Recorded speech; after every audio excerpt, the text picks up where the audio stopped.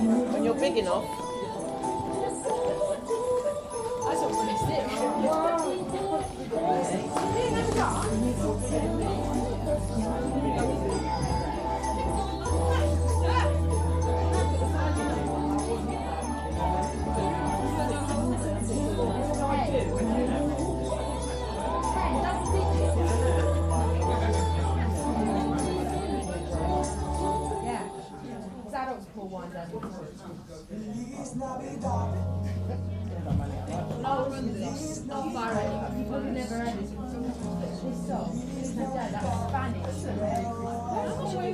from Bohemia. Thinking you know everything.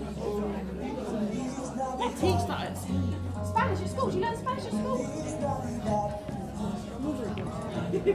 Well, you know more now. We should teach you about it. It's the school of life. Yeah, it is. You learn more on the street.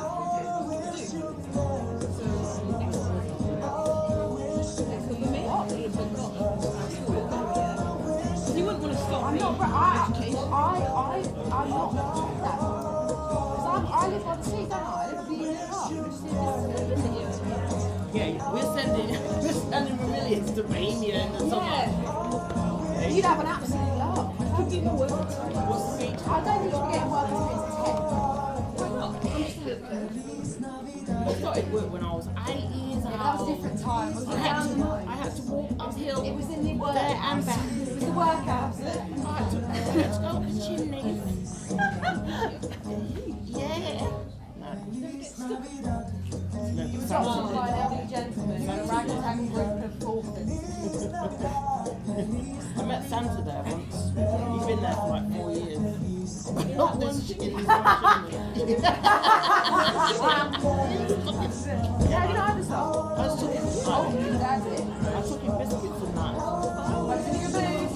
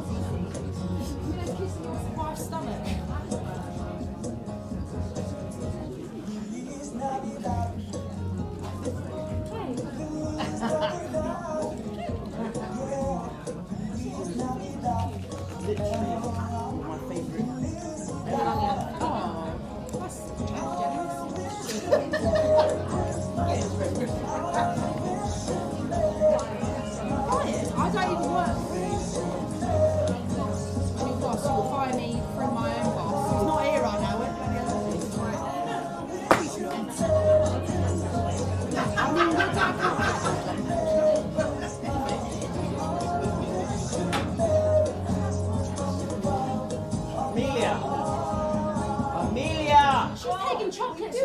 Come on. You don't know where they've been. Careful. Stop it. You had too much gin. Has anyone been keeping an eye on how much drink this? Don't sit in her lap.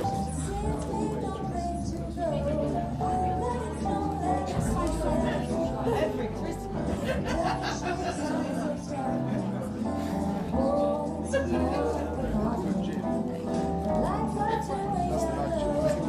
That's a good gin. Whitley Neal.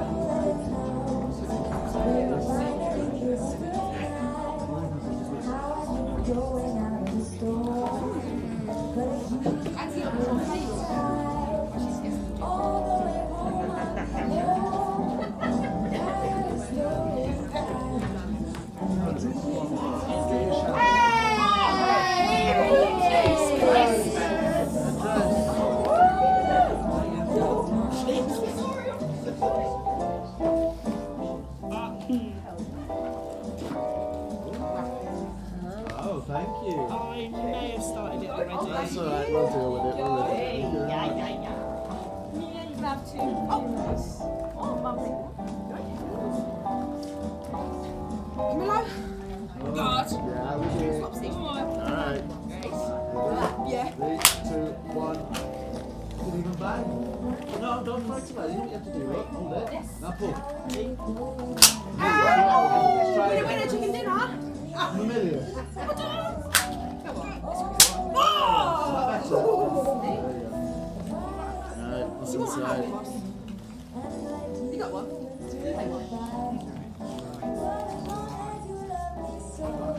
What did the Christmas tree say to the decoration, Camillo? Aren't you tired of hanging around? That's quite good, actually. Just made me laugh like that. Will be over. Oh, it's time to decorate the Bearmas tree, I think. Bearmas tree. Hours happening. Listen, you're the one that's left to do that. I know. Hey, look, it matches my pudding.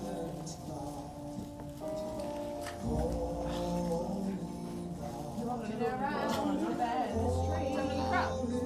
No, I gave it to my mum. Oh, and look, a little lovely. That down there. Lovely, there you go. You can have this as an earring. What the? Oh gosh, it's connected. What's that? Oh, you look absolutely rubbish in my Leontes! Sorry! I thought you'd like it. You're like, oh, okay. Leave him alone. Child. You don't Leave want him it, yeah. alone. But I know what will make you feel better. Let's play a game. Let's play musical statues. Yeah, you do. Come on, I know you do deep down. I know you want to do this. Okay. Right. There are no practice rounds. When you're out, you're out. And my word is final. Okay? Are we all ready? Yeah. Oh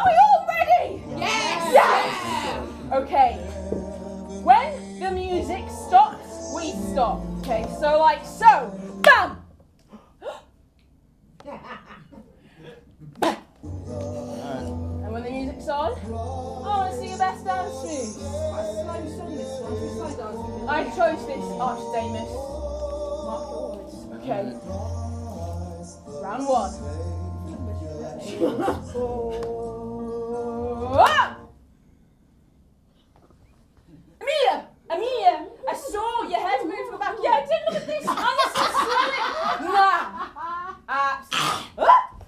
Okay. I'll just get rid of Take that. that off. Yeah, okay. Someone. All right. Too late. And go. Whoa. Archidamus. Sorry, weren't you even trying? You weren't. Loser. So sad.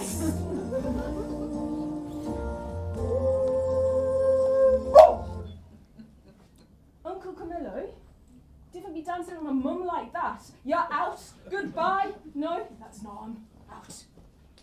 Ciao.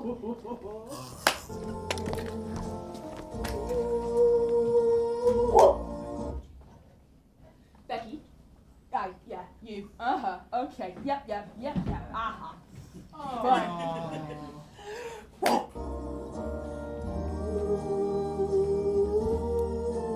Read it up. Bear, you're on your phone. I was playing this for you. You're out. Oh no, the tragedy. It's Christmas. Final 3.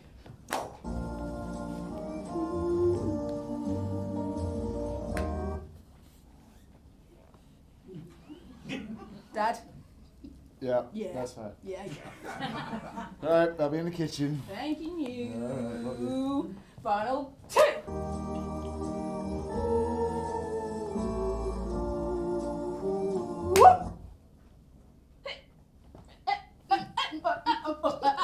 Uncle Polixenes, I'm very sorry, but you are out.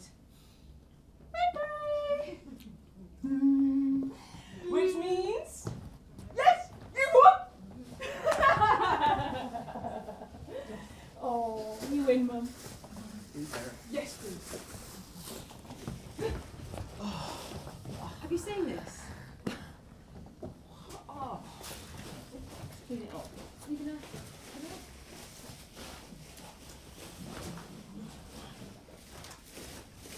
Are you going to help Bear?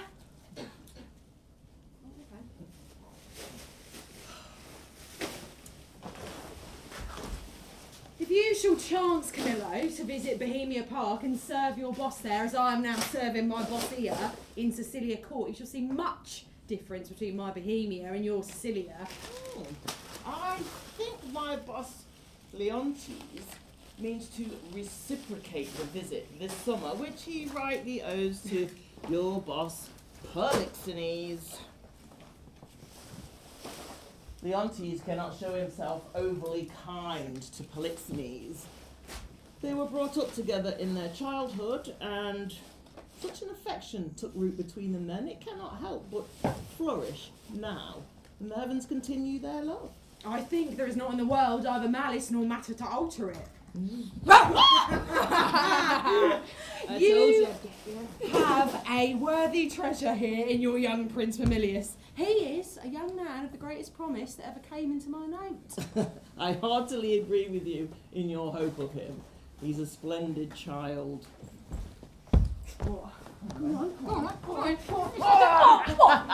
His spirit remedies what ails. He makes tired hearts fresh.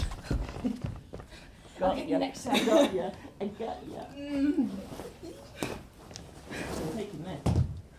And this. 9 cycles of the silver moon have passed since I left Bohemia without its boss. Time that long and more would be consumed, my dear friend, with my thanks. Yet I should, before the cock crows dawn, drive back towards home. And so, like a year that contains many days, I gather one I thank you with many hundreds more that came before it. Well, hold your thanks a while and just give them when you go. Friend, that's tomorrow. I'm spurred on by my fears of what's transpired or bred throughout my absence. Besides, I've stranger hospitality. I am tougher, brother, than you credit me for. I cannot stay. Well, just 1 week longer. I must depart tomorrow. We'll split the time between then, and I'll not take no for an answer. Press me no further, I beg you. There's no tongue that moves, none in the world such as yours that could convince me. So, farewell, brother. Ply him, Hermione. Let me this. Give us the phone. What are they saying? Well, she's saying that you would really like Uncle Polixenes to stay. Pretty please. Okay. Okay. And Who what's are you he saying? Oh, I swear to God, like, I can't, no, I've got to go. And then she's saying, oh, you swear to God? All right. Never mind that, because, you know, you could just swear on me instead. Hey? Yeah. All right. Oh. Oh. What was that? I think she wants to lock him up. Hey? Wait, you like that, don't you? Oh, I found them handcuffs. Wait, that's not No, important, okay. Cornelius. Okay, what does he now? say? Like, well, what do you think of that?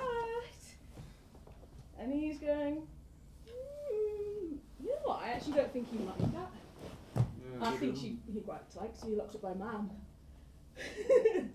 Yeah, look, you're smiling. That's what you're saying. No, hold on. Is he yet one? Never signed to a better purpose.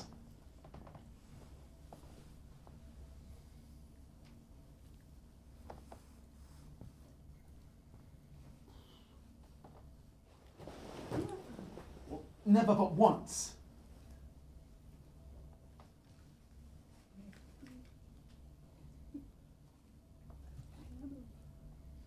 I signed beautifully before. When? I persuaded Polixenes to stay. But I signed beautifully before. When? Tell me. I must know. That was when 3 milky months had soured themselves to death. Before you'd give the gift of your sweet hand and swear yourself my love. Then did you sign, I am yours forever. Remember? Yes, she said that. She said, I'm yours forever. You're her husband. She signed with me and gained a friend. Hot! Hot! To mingle friendship far as mingling buds. I have a tremor cordis on me, but my heart dances, but not for joy, not joy. Their entertainment may innocently play, and lack restraint from clean and chaste exuberant regard, and well become the players may I grant, but to be pressing palms and pinching fingers as they are now, and making you wanton calf, are you my calf? Yes, if you will. Well, you like the rough patch and the false wife I have to be just like me. Yet, they say we are almost alike as eggs. Well, women say that who will say anything. But they are as false as counterfeit money, as rhinestones, as dice fixed by cheats who can see no breach between what's his and mine. Still, it's not wrong to say the boy looks like me. Come, Captain! Look on me with your chestnut eyes. Could your mother? Could this be affection? Make possible all things not to be believed. Communicator of dreams, partner to all things unreal. Trickster of the mind and husband nothing! Though it's possible, you're onto something and you know it. And it's far from invention and I feel it. And that's what's caused this corruption of my brains.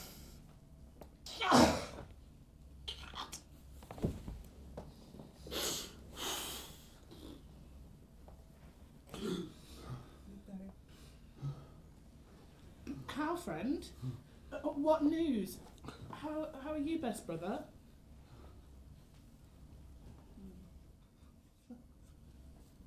Are you troubled? No. For sometimes faces do betray themselves, their tenderness, and make themselves a jest to harder bosoms. Looking at the lines of my boy's face, I imagine myself some 23 years ago. how alike I thought I was to this colonel, this squire, some gentleman. And how, good sir, would you take ice for ice cream? No, I fight. You would? Good luck to you, sir. My friend, are you as fond of your son as you can see I am of mine? When at home, sir, he's all my exercise, all my mirth. He's my best sworn friend, then my enemy, my parasite, my soldier, statesman, all.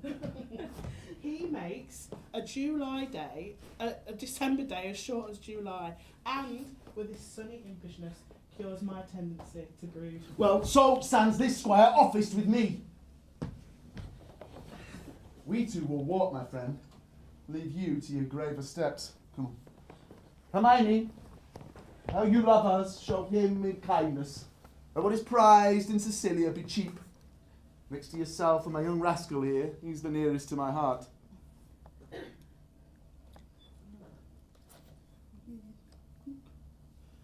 We're going to the garden. Do you want to meet us there?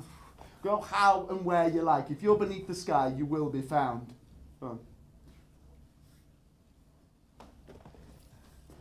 See, I'm fishy now, though they perceive it not how I give line. Fishy, fishy. How she holds up her nose, her face to him, and fronts with all the boldness of a wife to her allowing husband. Gone. Ready. Sunk in. Knee deep. Go play, boy! Play! Your mother plays, and so do I, but so disgraced to part the audience would hiss me to my grave. Coarse ridicule will be my eulogy. Play, boy! Play! There has been many duped husbands, and many a man there is. Even now will I stand and speak this, who holds his wife by the arm, and does not think she has been sluiced in his absence, and his pond fished by his next neighbour, by Sir Smile, his neighbour. Hey, there's comfort in it, that other men have gates that, like mine, were opened against their will. Should all men despair that have unfaithful wives? A tenth of mankind would hang themselves. No remedy, none.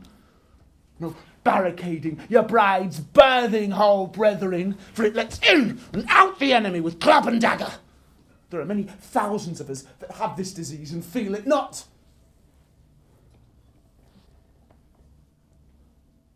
And now, Mamilius, are you my boy?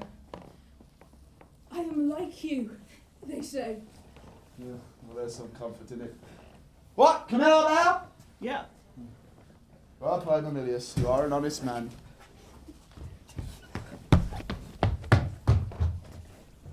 Polixenes will not stay longer.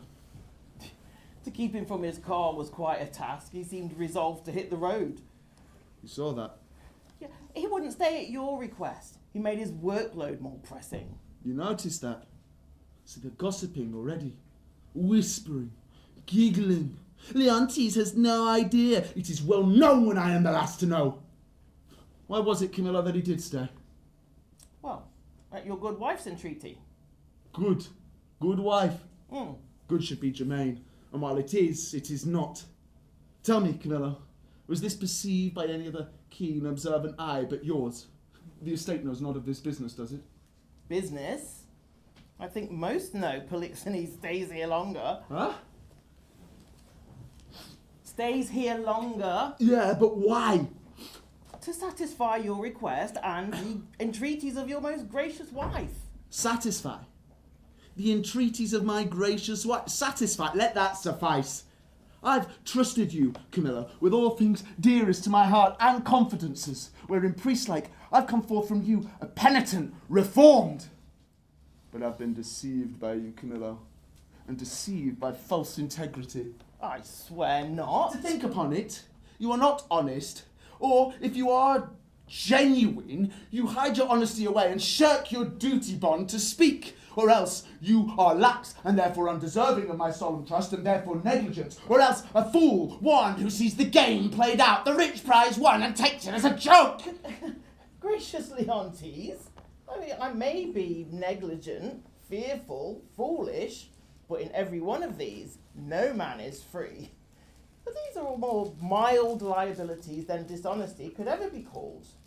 Be plainer with me. Tell me my offence by its own true name. If then I deny it, it's none of mine. Have you not seen, Camillo, or heard, or thought my wife is slippery?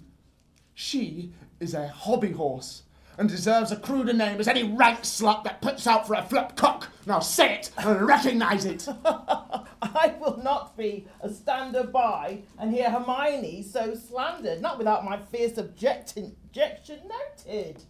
Stab my heart. You have never spoken what becomes you less than this, to which to give utterance to is just as much a sin as that you name. Is signing nothing? His noses meeting, is leaning cheek to cheek, is ending the career of laughter with a sigh, a telltale sign of infidelity, is playing footsies, skulking in corners, wishing clocks more swift, hours, minutes, noon and midnight, and all eyes blind to the goings on that the wicked are unseen. If that is nothing, then Polixenes is nothing. My wife is nothing. The earth and all that's in it is nothing. The covering sky is nothing. If this nothing has nothing! Gracious Leontes, you must cure yourself of this diseased opinion, and at once, for it is most dangerous. Say it be. It's true. No, it's not. It is! I say it is! And you lie, Camillo, and I hate you! You are a gross lout, a weak-minded fool, or else a hypocrite, one who can see both good and evil, inclining to them both. Were my wife's liver as infected as her life, she would not survive the passing of 1 hour. Who does infect her? Why, he who wears her like a medal hanging round his neck, Polixenes! Had I servants true to protect my honour the way they guard the count of their salary, they would do that which would undo more doing. Yeah.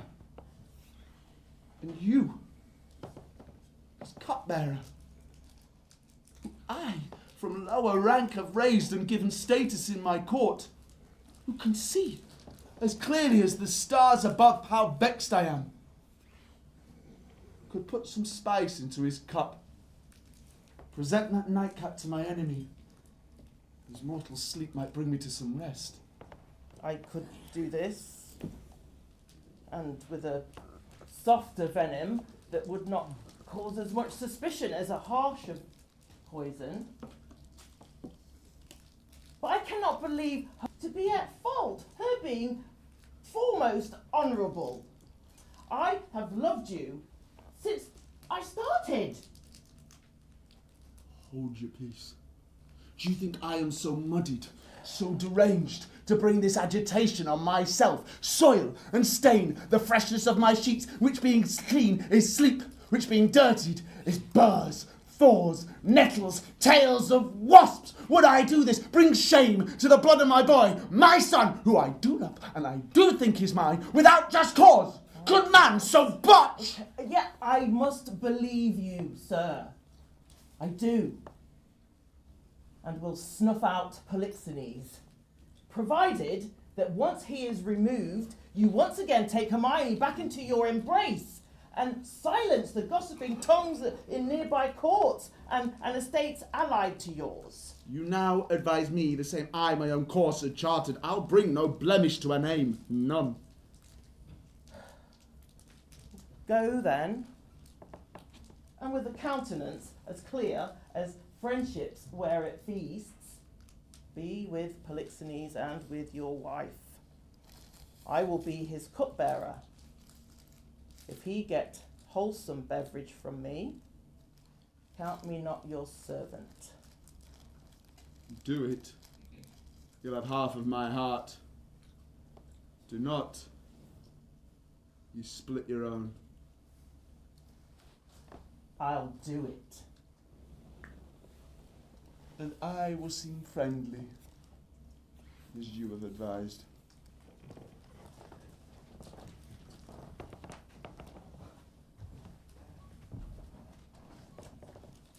poor, miserable Hermione.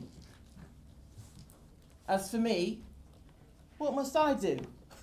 I am to be the poisoner of good Polixenes, and my obedience to do it is to serve Leontes, whom, in rebellion with himself, would have all those around him hurt. If I do this, reward follows. But even if I could find example of thousands that had snuffed out human life and flourished after, I'd still not do it. But there's not one plaque, not one stony monument that I can find. Therefore, because even criminals themselves reject it, I'll deny Leontes. To do it or not, either way, means ruin for me. Heaven bless me now. Oh, here comes Polixenes. How strange. Seems my welcome has begun to wane. He scowled. Oh, good day, Camillo. Good day, sir. Leontes has on him such countenance as if he'd lost battle for a country loved almost as much as he loves himself.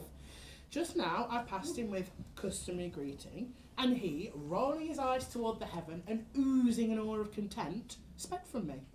This leads me to consider what's breeding that changes his demeanour. Well, I dare not know. How dare not? Do you know but dare not know? Now, be forthright in this, whatever it is within yourself that you do know, you must reveal. And you must not say, you dare not know. For your changed expression is to me a mirror which shows me mine changed also. For I must be party to this alteration, finding myself being altered with it. There is a sickness. But I may not answer. How? Spread to me. If you know that which may befit my knowledge thereof to be informed, imprison it not in ignorant concealment. Sir, I will tell you, for I am charged in honour, and by you whom I think honourable, but my advice must be as swiftly followed as I mean to deliver it up, or else you and I both cry lost, and so good night. Well, go on, Camillo. I am assigned by him to murder you. By whom, Camillo? By Leontes! For what? Oh, he thinks. No, he swears with all the confidence as though he'd witnessed it or been accessory to spur you to it, that you have touched his wife forbiddenly. Well then, my best blood turns to an infected jelly. How'd this all start? I don't know. But surely it is better to avoid what's grown than question how it was born. Therefore, if you trust my loyalty, which lies enclosed in my chest, which I now give to you as collateral, let us go. Your entourage about this business I can inform, and in 2s and 3s by stations can clear out of the city. For me, I put myself in your service, for here, because of this discovery, is collapsed. By the honour of my parents, I speak the truth, and I believe you. I saw his heart on his face. Now, take my hand. Be shepherd to me, and your fortune will be bound with mine. My car's waiting. My people already expected my departure 2 days ago. This jealousy is for a precious creature. Come, Camillo, I will respect you forever if you can preserve my life. Lead on, away. hurry. Let us be gone from here. Mum!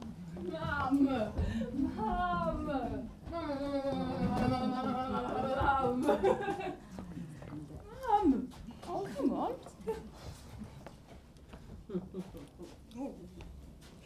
Mum. Oh.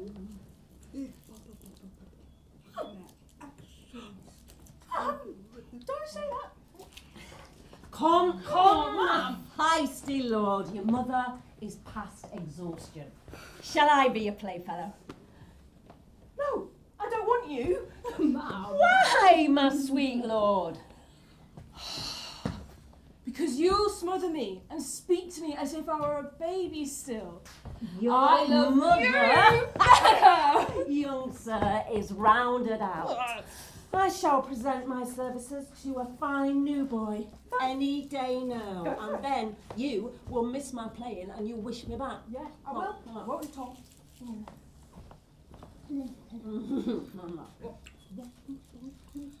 Oh, that's just it's just amusing.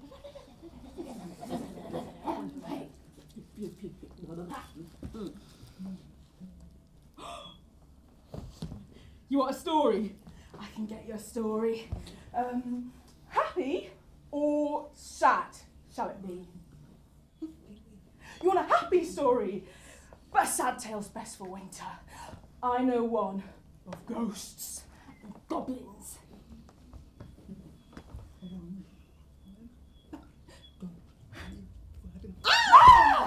One of ghosts, and I'll make it extra scary to fright you. Okay, so there was once a man, and one day. Oh, sit down. Yeah. Sorry. Yeah. Okay. There was once a man, and one day. Give me the boy! Walking out. Although he does resemble me, there's too much of you in him. But take the boy hence, he shall not go near her. Take him away, let her play with herself, and him who she's big by, for it's Polixenes that makes her swell. Amelia!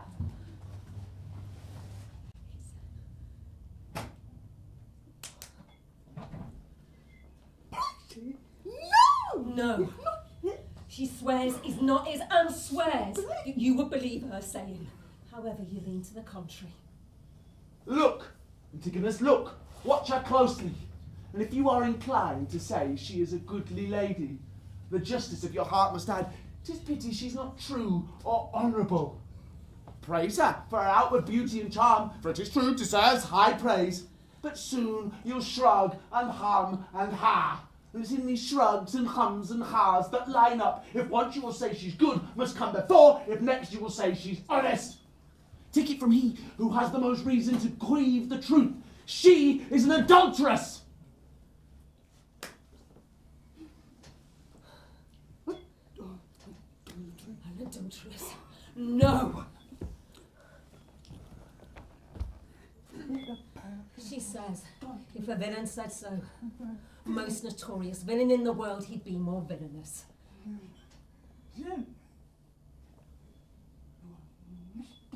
You're mistaken. You're mistaken, my lady. You mistake Polixenes for Leontes.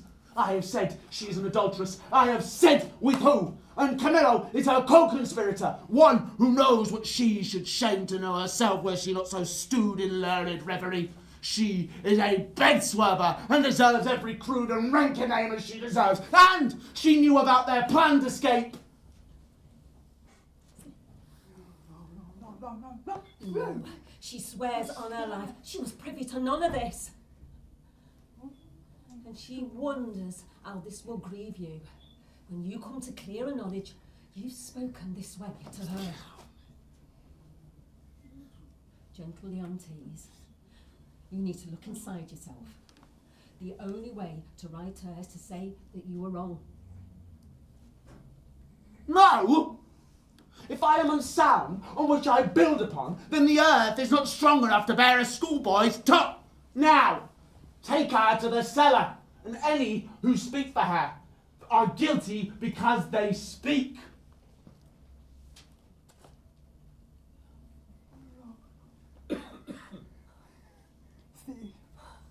She says some ill planet reigns.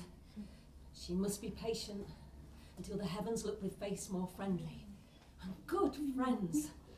No, she's not prone to weeping. And the dryness of her eyes might dry your pities, but she has an honourable grief lodged here. It burns worse than tears drown. She asked you to look at her. Measure her with your thoughts, with your compassion, measure her.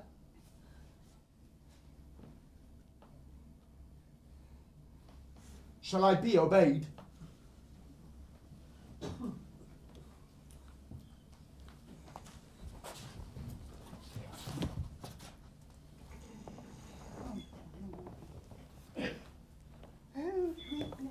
She's asking who is going to go with her. She wants me. Because, as you can see, her state requires it.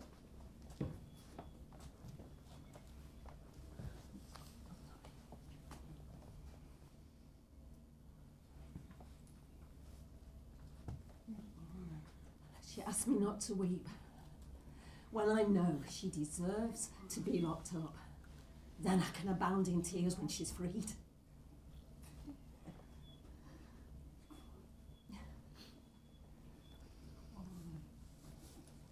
This journey she now goes on, it's but a test for her.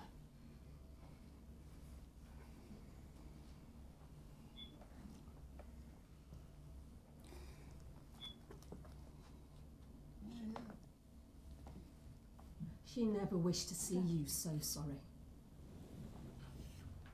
Now she trusts she shall. Go! Do my bidding! Off!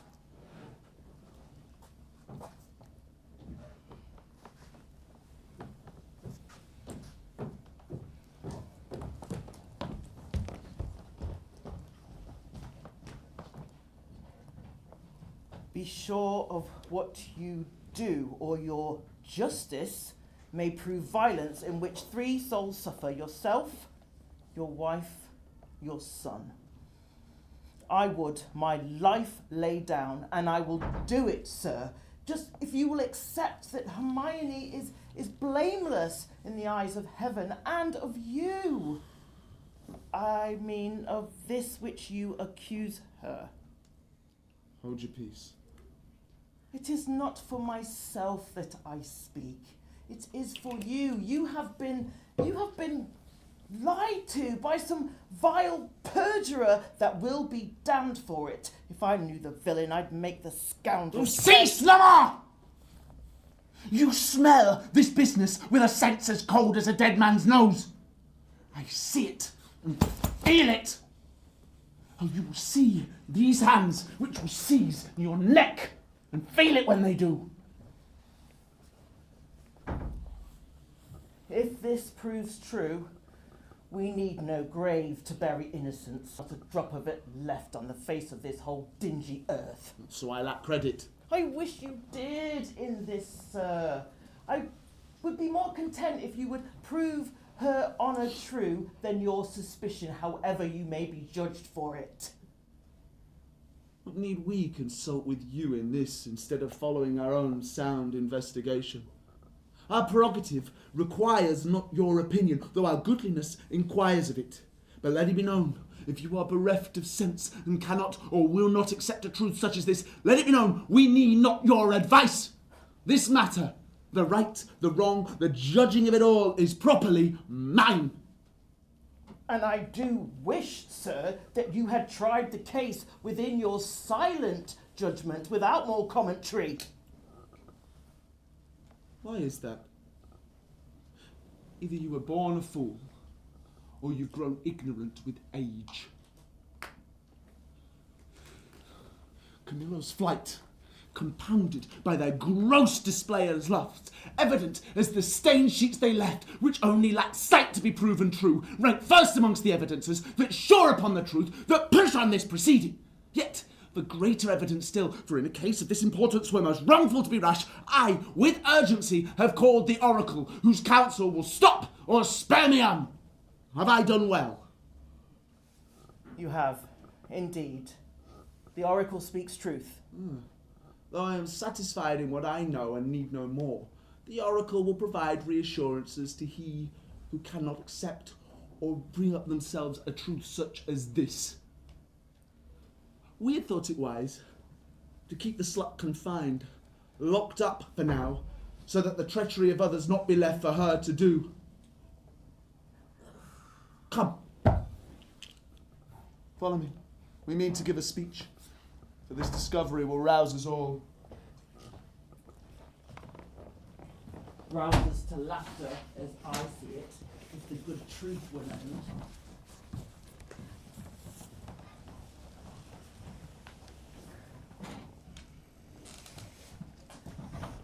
Whoa!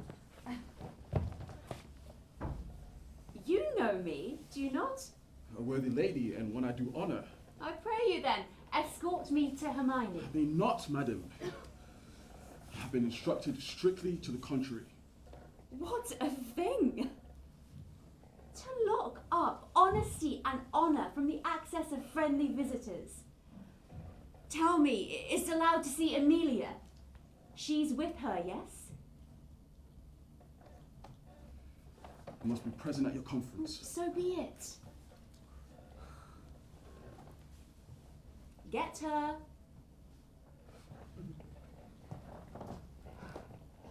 This eager push to make no stain a stain colours outside the lines. Amelia! How does our gracious lady... Oh. As well as one so great and so forlorn may hold together. Despite her fight and woes, which never, as expectant mother, brave better, she has before a time given birth. A boy? A daughter, healthy babe, likely to live and strong. Hermione receives much comfort from her. Says, my poor prisoner, I'm innocent as you. Oh, I tell you true. There's come much grief from Leontes' fantasies, and he must be told so, and he shall by me. This task becomes a woman best. But no, if I resort to flattery, let my tongue blister, and never be the loyal partner to my anger anymore. And so, Amelia, convey my happy blessings to Hermione. If she dares trust me with her little babe, I'll show Leontes and undertake to be her loudest advocate. We do not know how he may soften at the sight of the child. Sometimes the silence of pure innocence persuades where speaking fails. Most worthy madam, your honour, your goodness are so clear. You in this great task will surely birth a happy offspring. There is no lady living more suited for this errand. Food. Oh, bless you. I will tell Hermione and I will bring the babe to you.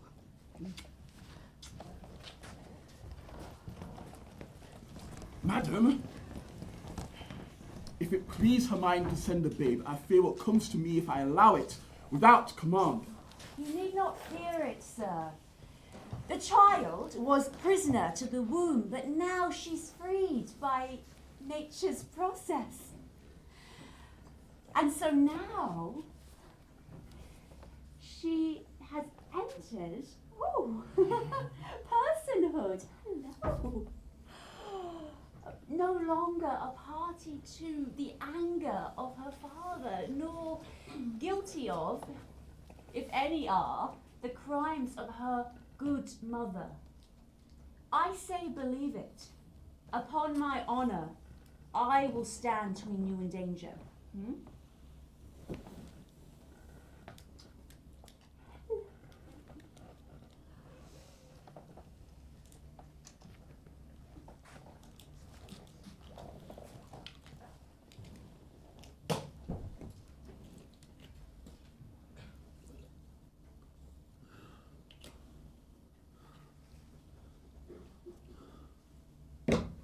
All night, all day, no rest.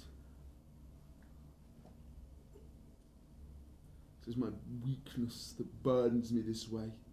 Mere weakness. If I could eradicate the cause, part of the cause, she, the adulteress, but the fuckboy has fled, out of my reach, abolished from the workings of my brain and heart, but she I can reel to me. What if she were gone? Thrown in a fire? A modicum of my rest might be returned to me. Who's that? How does Mamilius? He slept well tonight. It's hoped his sickness will discharge. His strength collapsed at the detection of his mother. He took it very deeply. It seemed to sink in his spirits, his appetite, his sleep, and thoroughly languished. Forget me, go check on him. Forget your former friend. The very thought of my revenge that way recoils upon me. He himself is too mighty. So, in the shade of his allegiance, let him hide until the time is right. For present vengeance, look to her. Camillo and Polixenes laugh at me, make hobby of my sorrow. They would not laugh if I could hook them, and nor will she within my power. You must not enter. No, my good sir. Don't bar my way to him. You fear his cruel passion's reign more than Hermione's good life. Her gracious, innocent soul's more pure than he is jealous. That's enough. Madam, he's not slept well tonight, commanded none should come to him. Not so rough, good sir. I've come to bring him sleep, whereas you, sir, do creep like shadow round him and will jump whenever he will whine. Whereas you, sir, do nourish the cause of his insomnia, I've come with words as medicinal as true, candid as both, to purge him of that sickness which hinders him from sleep. What noise that, huh? No noise, Leontes, but needful conference about some gossip with your good self. What? Away with this audacious lady. Antigonus, I charged you that your wife not come around me. I knew she would. You cannot rule her. From bad behaviour he can, but in this, unless he takes the same course you have and constricts me for committing honour, trust it, he shall not rule me. Leontes, I've come, and I implore you, hear me, as one who calls herself your loyal advisor, your physician, your obedient counsellor, and yet who dares appear less so in comforting your evils than these appear to do. I say I've come from your good wife. Good wife. Good wife, oh yes, good wife. I say good wife, and I would fight to prove she's good. Take her out. Let him that makes mere trifles of his eyes lay hands on me. I'll leave by my own footing, but first I'll do my errand. Good Hermione, for she is good, has brought you forth a daughter. Here she is. Your good wife requests your blessing. Out, hag! You devious, deceitful spy! Away with her! Not so. I am as ignorant in that as you are in accusing me, and no less honest than you are mad, which is enough, I suppose, as this world goes, to pass for being honest. Traitors! Will you not push her out? Give her the bastard! You coward! Are you so unmanned by your old clucking hen? Pick it up! Pick up the bastard and give it to your crone! Forever contaminated are your hands if you pick up that babe by the foul name that he has put upon it.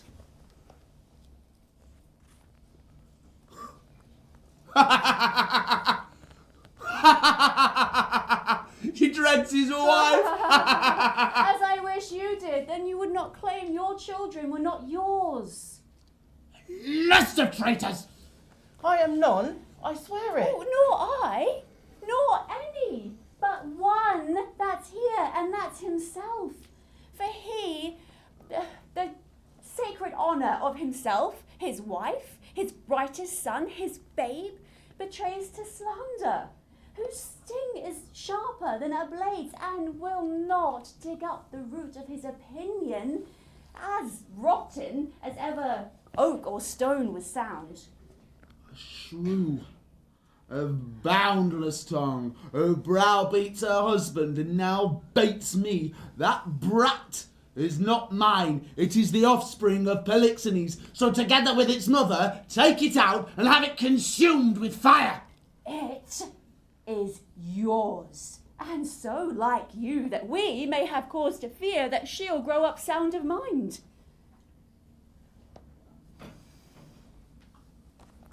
Behold, the babe. Though the prince is little, the lettering's a copy of the father. Eyes, nose, lip, the angle of the forehead, the frown, the pretty dimples of chin and cheek, his smile, the very mould and frame of hand, nail, finger.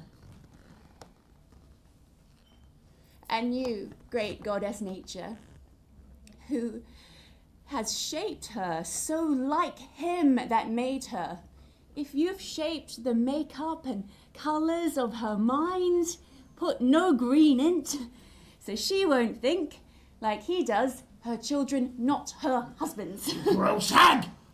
And you coward are worthy to be shot if you're not shut her mouth. Now once more, take it out! A most unworthy and unnatural man can do no more. Oh, I'll have you burned. Oh, I cannot.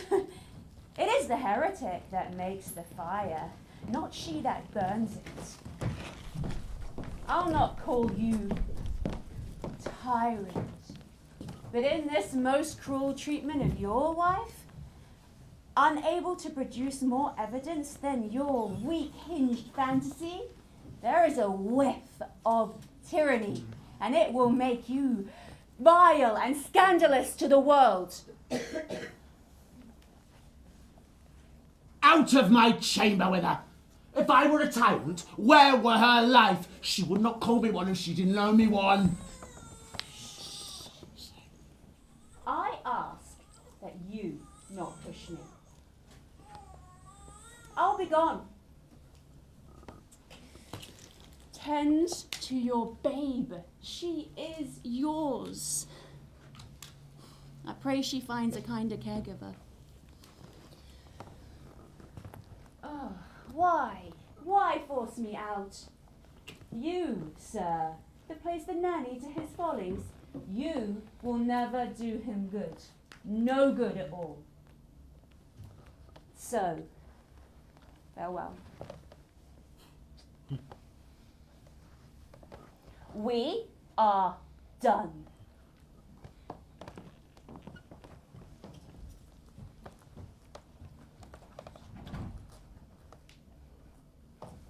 You, coward, have set your wife to this. My child? Away with it! And you, who has a heart so tender for it, take it out and have it consumed with fire. You, and only you, shall perform this task, and bring me word within the hour that it's done, and with strong evidence, or I'll seize your life and all who you call yours. If you refuse, and choose to grapple with my wrath, say so. The bastard's brains, with these, my proper hands, I will dash out. Leontes, on bended knee, I do beseech. I've always truly worked for you, and I ask that you value me in exchange for my loyalty, past and present. Please, I beg, refrain from this intent, which being so depraved will surely end in catastrophe.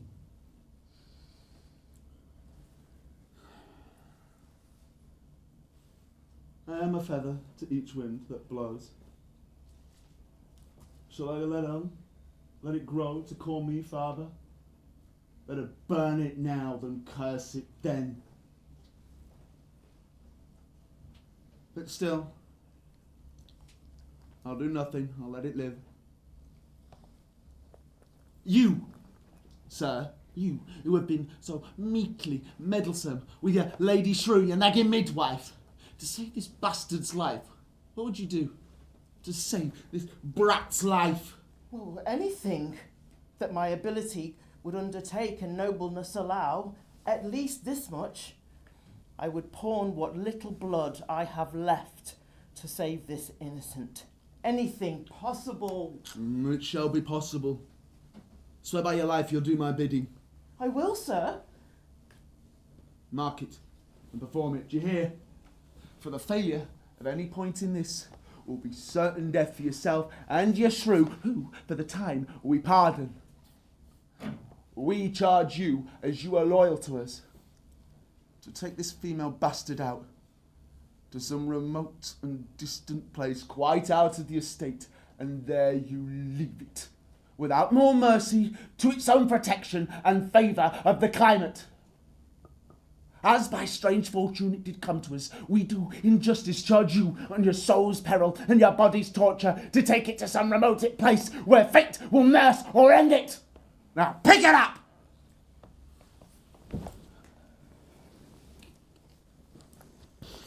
I swear to do this, though a present death would be more merciful. Come, poor babe. Perhaps some god will instruct hawks and ravens to be your nursemaid. Wolves and bears, they say, have cast their savageness aside in similar acts of pity. For you, sir, I pray that you prosper more than which this deed deserves. I hope that fate is on her side against this cruelty. Poor child, condemned to die.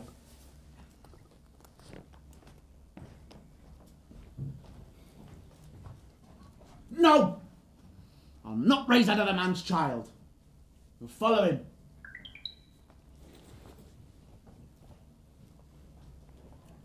The oracle speaks.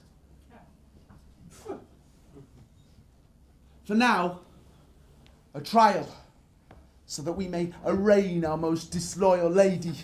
For, as she has been publicly accused, so shall she have a just and open trial. While she lives, my heart will be a burden to me. Mamelias! I'm coming! Mamelias! Sit. Stay there.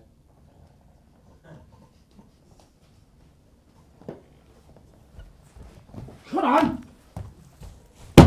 Sit!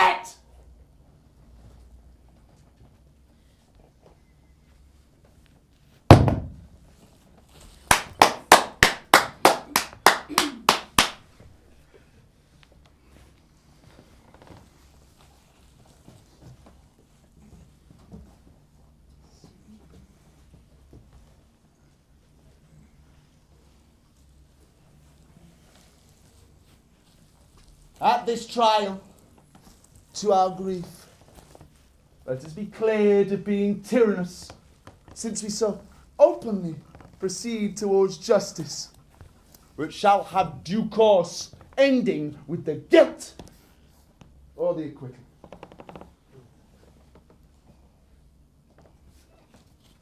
Read it.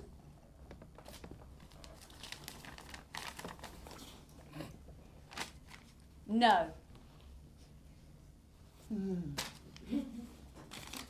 Mamelius, read it.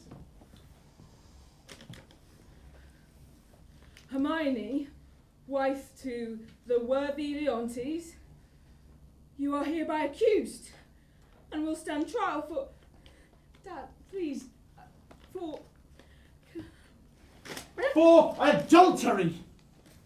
And for conspiring with Camillo. The plan having been in part exposed by recent events, let it also be shown that you, Hermione, knew about their planned escape.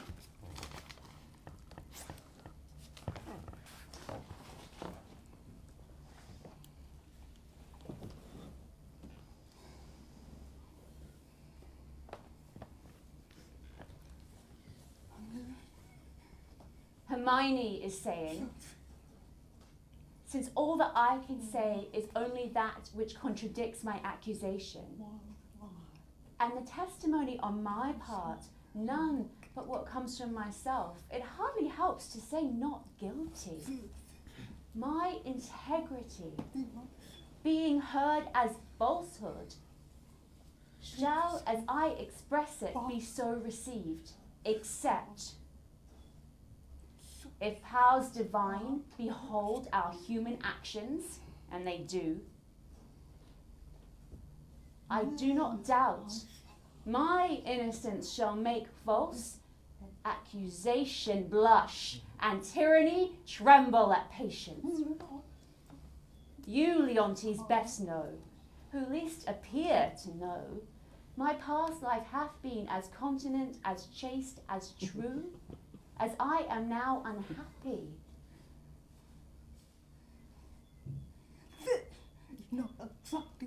Which is more than any tragic play, as this one is, performed to please the audience. I plead and beg for life and honour for whoe'er it please to sit and watch. My worth is equal to my grief, which tallies high. My honour is passed from me onto mine, and it's for them I stand here. That's why I'm here.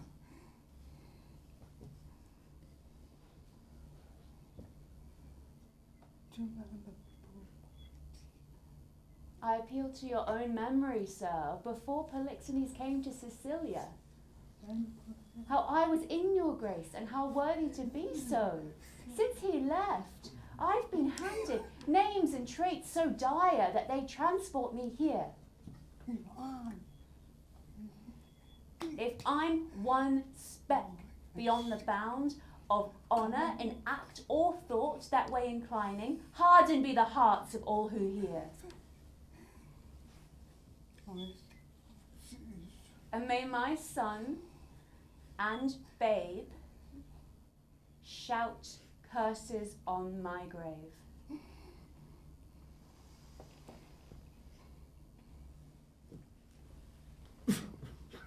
Those who have sin enough to do their heinous deeds need less than sin to deny them.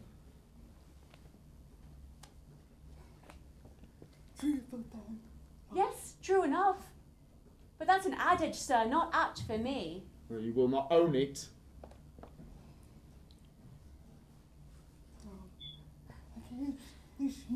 More than being mistress of what's been thrust upon me baselessly, I can't claim ownership. For Polixenes, with whom I am accused, I do confess I loved him, but as his honour did require, with such a kind of love as might become a lady like me, with a love as large as you yourself commanded, and no more, which not to have done, I think would have shown both disobedience and ingratitude to you and towards your friends, whose love had spoke ever since it could speak from an infant freely that it was yours. As for conspiracy, I know not how it tastes, though it be dished for me to try now.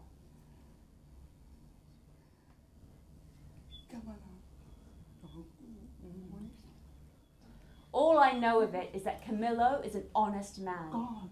And why he fled for Sicilia, the gods themselves. knowing no more than I, are ignorant. You knew about their planned escape, as you knew what you had undertaken to do in their absence.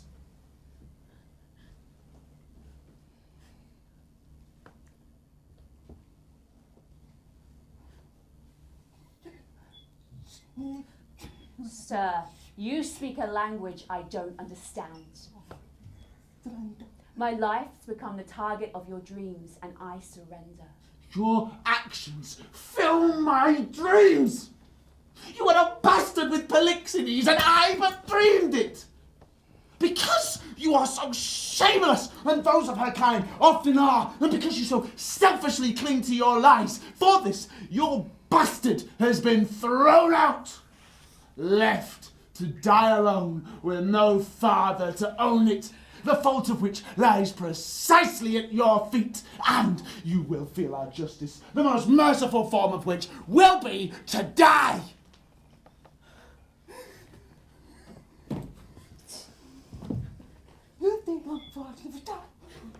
Sir, I want spare your threats. The bug which you would fright me with, I seek. For me, life has become a worthless thing. The greatest treasure of my life, your honour, I count it lost, for I can feel it gone, but know not why it went. My second joy and first fruit of my body, from his presence I am barred, like one infectious. My third comfort, born most unfortunate, is from my breast the innocent milk in its most innocent mouth torn off and murdered. Myself on every street proclaimed a strumpet, and lastly, hurried here to this place before I have the strength to stand up. Now, husband, tell me, what blessings have I left here alive? That I should fear to die. Therefore proceed. But make no mistake, not for my life. I prize it not one bit. But for my honour, which I would free. If I'm to be condemned by sheer conjecture, all proof sleeping other than what your jealousy awakens? No! No!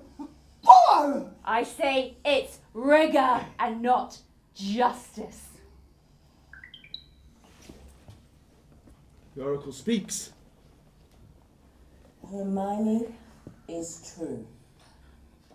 Polixenes blameless. Camilla a loyal friend. Leontes a jealous tyrant. His innocent babe truly begotten, and Leontes shall live in perpetual dishonour if that which is lost be not found. There is no truth in the oracle. This is witchcraft. Dad, The trial will continue. Dad, no, it's not. She's. Lilius? Lilius? Lilius? No! Mama! Mama! What's happening? What's happening? Curse what I am about to say. He's gone. What? Oh, gone. He's dead! Mama! Mama! Hermione, I'm sorry. Your beautiful boy is dead. No! No! No! No! Mama! Mama! Mama! Heaven stab my injustices. Look now and see what death is doing. This loss is fatal to your wife. Take her out. I take her out. Her heart is overwhelmed. She will recover. I've too much believed my false suspicions. Take her out. Tenderly administer some remedies for life. I pray you.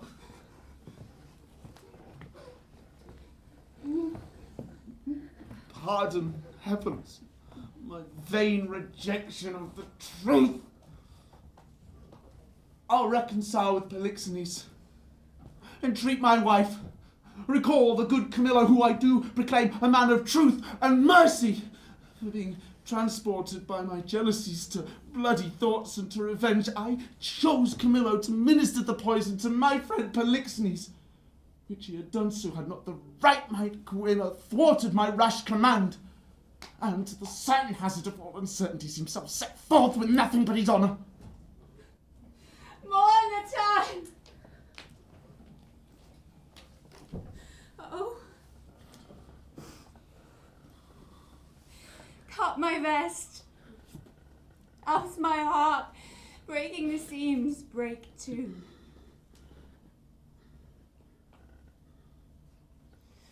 What torments, tyrant, have you saved for me? What wheels, racks, fires? What flaying, boiling in leads or oils? What old or newer torture must I receive when every word I speak deserves to feel your worst? Your tyranny, together working with your jealousies, notions too weak for boys, too juvenile for girls of 9. Oh, what harm they have done. And yet, run madder still, stark mad, for all your foolishness before this was a prelude. That you betrayed Polixenes was nothing.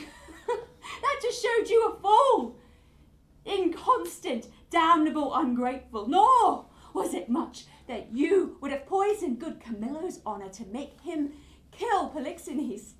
Poor judgment's all we may say about that.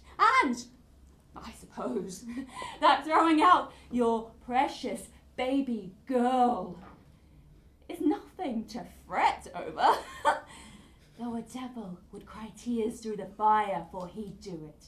Nor is it directly laid to you the death of Mamilius, whose noble, loving thoughts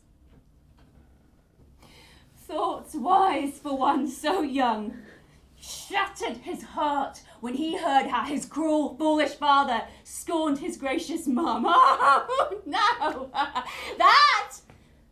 This is not, no, laid at your feet, no! But the last, oh, Lord, when I have said, rain tears.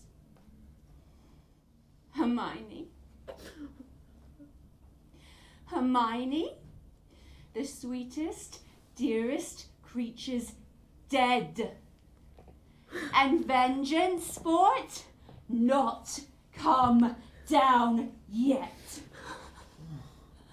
The higher powers forbid it. Oh, I say she's dead.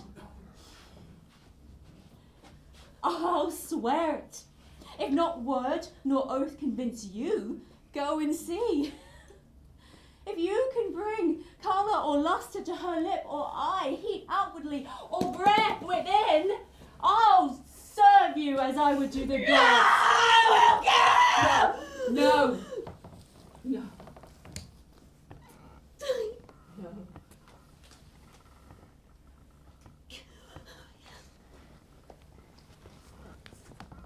But oh, you tyrant.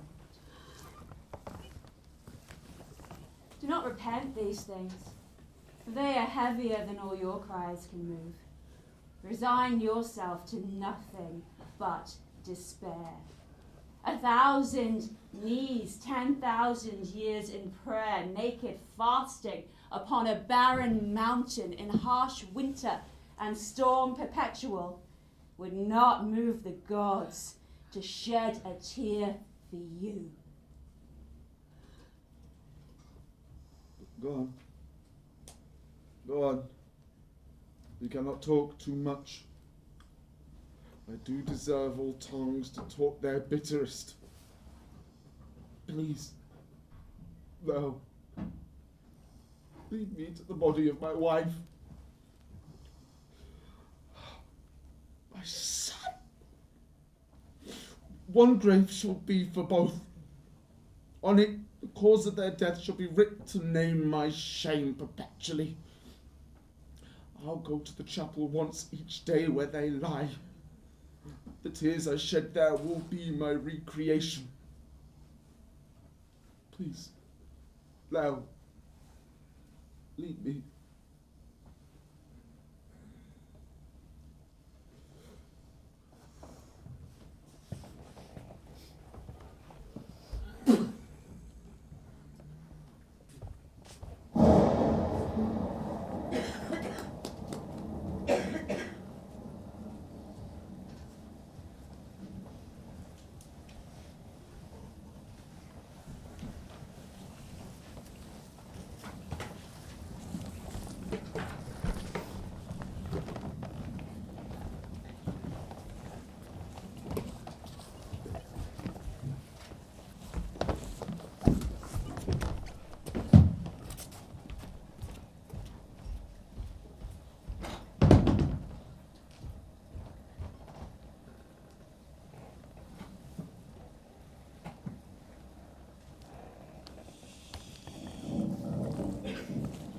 Poor babe.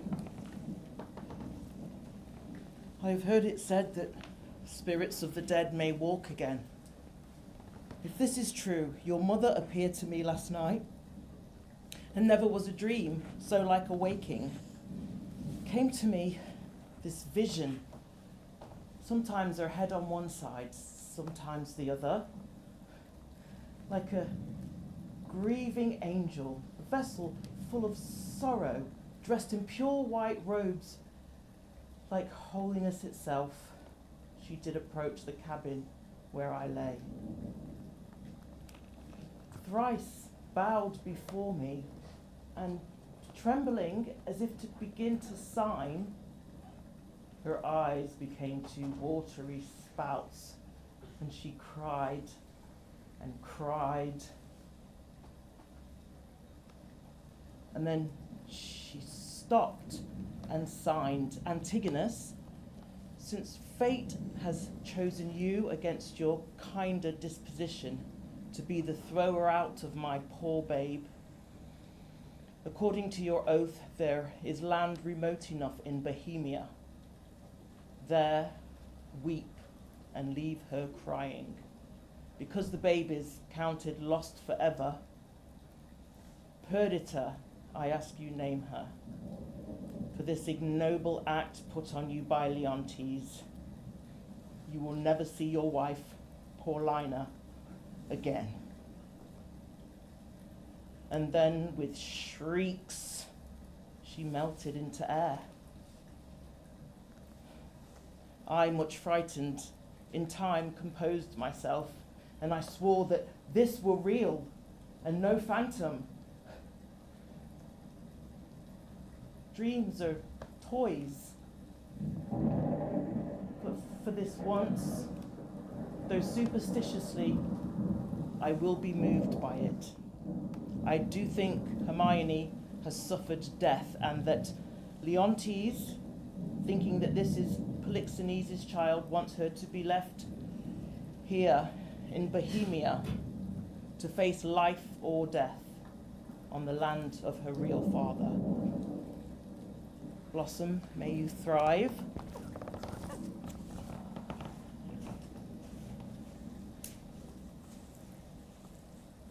Rest here.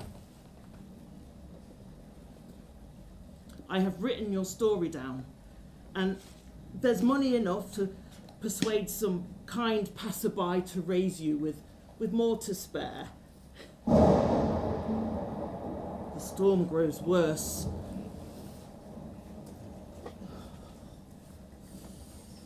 Poor wretch, cast aside for her mother's sins, to face storms and what comes after. I cannot weep, but my heart bleeds and counts myself a villain to be by oath enjoined to this. Farewell.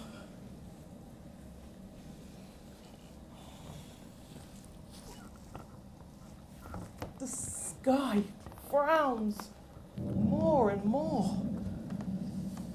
I have never seen it so dim by day.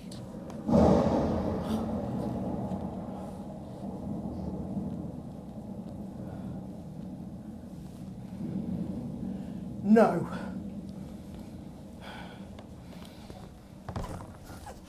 Get back. Bear? I said get back! No, the baby! Don't make me say it. Oh, Bear! Yes! Sheep!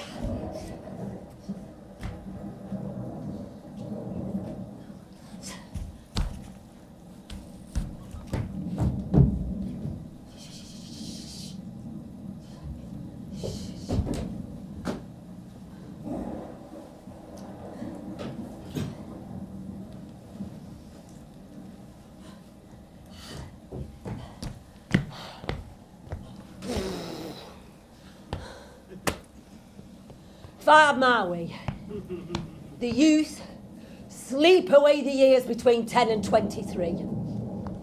Just tuck 'em in bed and shut the door. 'Cause there's nothing in between but knocking up wenches, messing with youth folk, stealing, farting. Listen here. Would anyone except them boiled brains of 19 or 22 hunting this weather? They have scared away 2 of my best sheep, which I fear the wolf will sooner find than me. Oh, yeah. If they are anywhere, they'll be by seaside, eating either. Good luck it be thy will.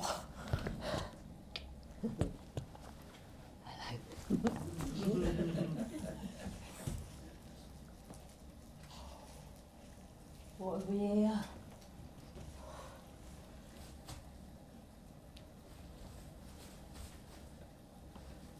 Mercy on me. A baby.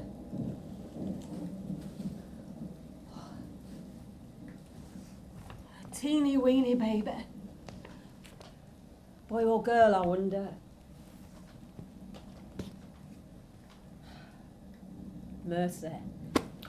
Pretty little girl.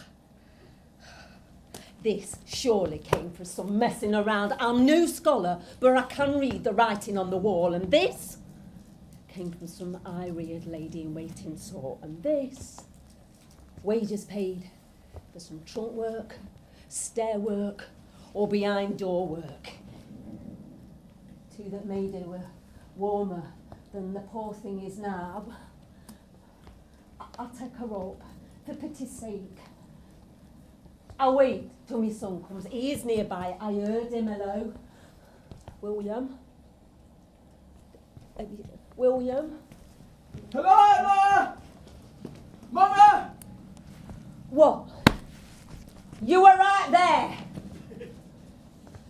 Well, you want to see a sight that will drop jaws long after you are dead and rotten? Come here.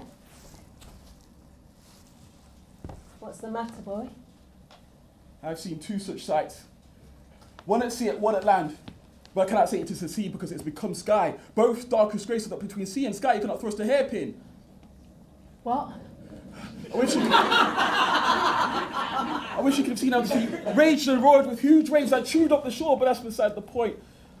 Oh, the piteous cry of those poor sailors. Sometimes I'd see them, then not see them. One minute the ship seemed to pierce the moon with its mainmast, the next minute it had been swallowed up by yeast and frothed foam of the sea, and then had the land battle. See how the bear-like man tore out the other man's shoulder bone. How he cried to me for help. He said his name was Antigonus, a goodly man but to finish up on the ship. Oh, to see how the sea ate it up, and the poor souls on board roared with fright, and how the sea mocked those roars with roars of its own, and louder by a mile. And the poor gentleman roared, and the bear man mocked him. Together they roared louder than the sea and sailors both. In the name of mercy, when was this? Now, oh please, you not see those sights. The men are not yet cold under the water, and all the bear man finished tearing up the gentleman and still can't see. Oh, God. Very sad. Oh, God. Very sad, but... Look here. You met with things dying. I Newborn, here is a sight for you. And look here, posh gown. And look there. Open up that box and see what's inside. I was told long ago by fairies I'd be rich one day. This is some changing in child. What's inside that box? Money! Money!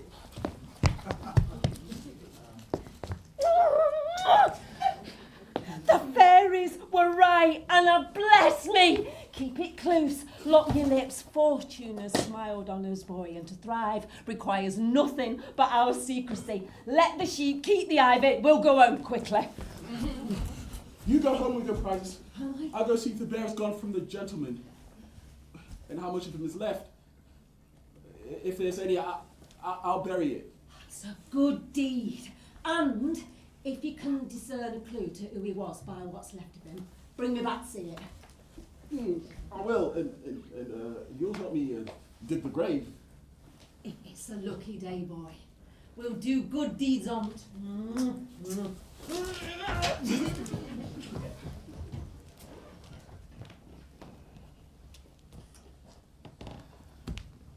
I, who please some, test all, bring joy and terror to good and bad, who will make and then fix error, now take it upon me, in the name of time, to spread my wings, and think it not a crime that I, with my swift passage, move to fly over 16 years.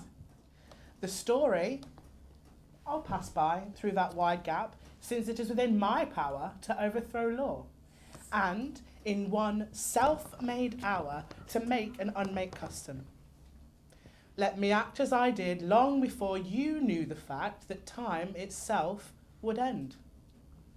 I, hangman to all things that came before, this I shall do to the freshest things now reigning, and make stale the glistening of my present tale as it now seems to be. If you'll not look askance, I'll turn my glass, and the years I will advance as if you had slept between. Leontes, the effects of his mad jealousy so grieving, he secludes himself. But shed no tear, gentle spectators, for now we are here in fair Bohemia, and remember well the son of Polixenes, which Florizel I now name to you. And with speed I race to tell of Perdita, grown in grace and fascination. What of her ensues, I'll try not to predict, but let time's news be known as it unfolds. A shepherd's daughter, and what comes next and what happens after is the pageantry of time. Allow me this, to choose what things to show and to dismiss, to tell my story well for your delight, for time is a precious thing, a speedy flight. Perdita, Florizel, will you marry me? Yes! Oh my god, yes! Yes!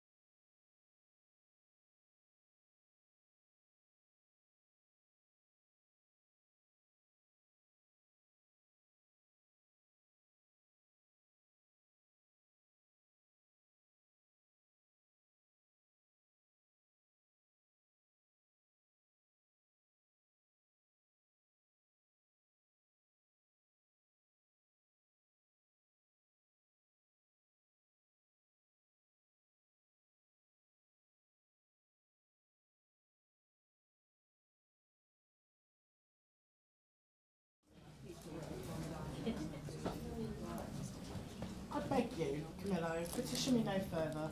It sickens me to deny you anything, but it would kill me to grant this. 16 years since I've been here in Bohemia. 16 years, Polixenes, since I've seen my beloved Sicilia. I know I've long been away, but I wish to lay my bones there. Besides, the penitent Leontes has sent for me, and, if I may not be so bold as to think, I could be some comfort to him in his hour of need. This news makes more needful my departure. If you love me, do not erase all your past good service by leaving me now. As for the sad state of Sicilia, I pray you, speak no more of it. The very mention of it pains me with the remembrance of penitent, as you call him, and regretful Leontes, my brother, whose loss of his most precious wife and children even now are to be lamented afresh. Tell me, when did you last see my son, Florida? It's been 3 days since I last saw him. He's often gone from here, and a lot less negligent to his duties than he once was. I've noticed this, with some concern. So much so that I have spies within my service to observe him. And from them, I got this report. That he is often at Bohemia farm, dwelling of a lowly shepherd, who from poverty and much to the surprise of her neighbours has come into unspeakable wealth. I also have heard of this woman. They say she has a daughter of unspeakable quality. This has been brought to my attention as well, and I fear that she is the bait that hooks him there. We must go to this place where, in disguise, we shall converse with the shepherd. It can't be too difficult to get from her simple mind the reason for my son's visits. I pray you, be my partner in this business, and think no more of sad Sicilia. I willingly obey your command. On, faithful Camillo, we must disguise ourselves.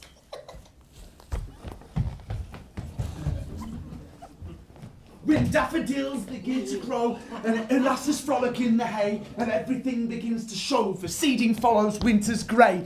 The white sheep bleaching on the wire, it makes me want to bed a doll. It sets my thieving heart afire. I'll sell that sheep, then drink and brawl. I used to work for Polixenes, and in my time I wore sharp suits.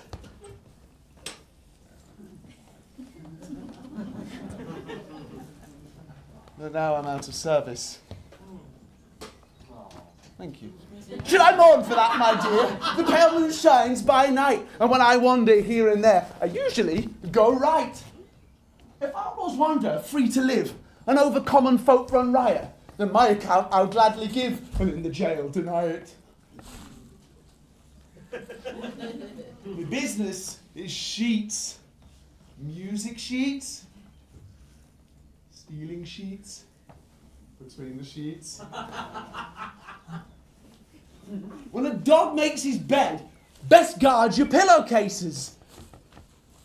My father named me Autolycus. And, being born under Mercury's planet, I am the picker-up of unprotected items. Betting dice and purchasing women brought me this finery. But my main work is petty theft. Thoughts of damnation? Yeah, we sleep 'em off till morning. Oh, a mark! A mark! Let me see here. Every 11 sheep when shorn make a bundle of wool. Every bundle fetches £1.10. 1,500 shorn. Then, what's the tally for the wool? See, if this trap holds, the woodchuck's mine. I cannot do this without counters. Let me see here. What am I to buy for our sheep-shearing feast? 3 pounds of sugar, 5 pounds of currants, rice. What was Sister Purda to do with rice? And my mother makes a queen of the feast and she lays it on. Oh, Oh, curse the day I was born! In the Oh, name of me! oh, pluck off these rags and bring me to death! Death! Oh. And I suppose saw your morning of clothes put on and have yours taken off. Oh, sir, they were more loathsome and offensive than the beatings I received, which were mighty ones and millions. Oh, Goodness, much may come of a beating 1,000,000 times. oh, I was beaten and robbed, sir. My money and my clothing taken from me, and these disgusting rags put upon me.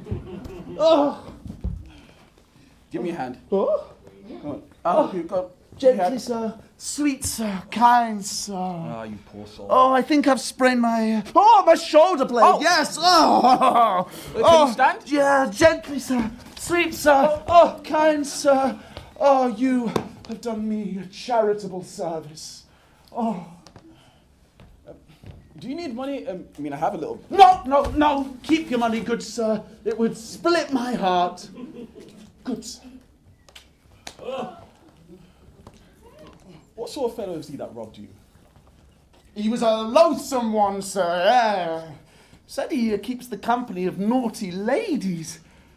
In fact, I do not know which of his virtues it was, but he was drummed out of Bohemia Park. For his vices, I'll bet. You can't drum virtue out of Bohemia Park. You try to make it stay there, but always runs away. Oh, yes, it must have been for his vices, sir. And he is known to people. They call him Autolycus. Oh, curses on him! Thief! He robs funerals, fairs, and festivals. Yeah, and he put these rags upon me. Oh, there's no more cowardly rogue in all of Bohemia! Yeah. Oh, bastard.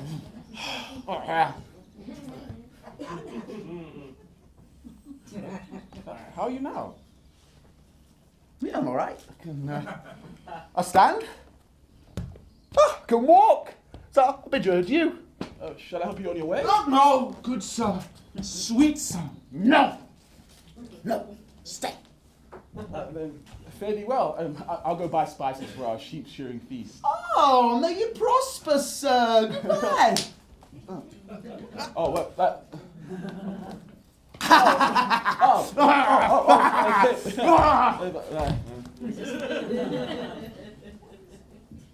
Your purse is not near enough for your spices because it's here with me.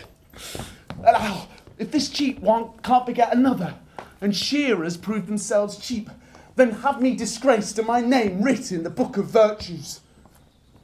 Jog on, the footpathway through the prickly bushes, eh? The merry one sings all the day, and time will say as quickly, eh? Birdie, sir!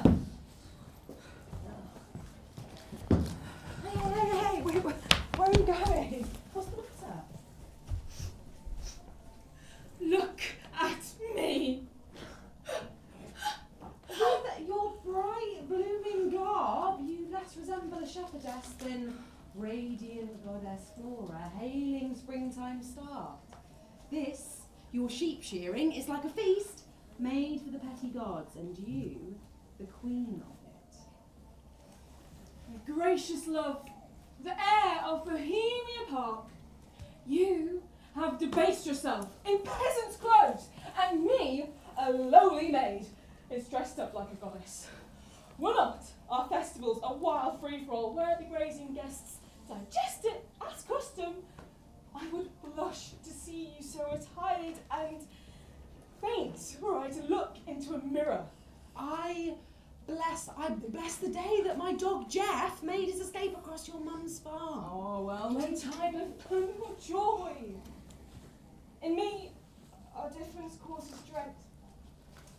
Your privilege has not been used to fear, but how I tremble to think your father, by some accident, might pass this way as you did. The fates. How would he feel to see his son and heir dressed up this way? What would he say? Or how should I, in these flamboyant flaunts, withstand the sternness of his judgment? Comprehend nothing but joyfulness. The gods themselves, humbling their godliness for love, have taken the shape of beasts upon them.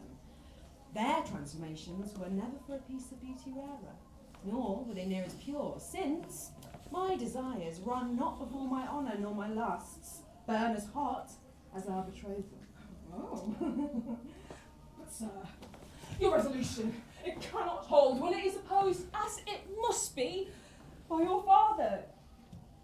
One of two things will become necessary. Either you must forfeit your proposal, or I my life. My dearest Perdita, do not allow these bleak thoughts to dispel the mirth of the feast.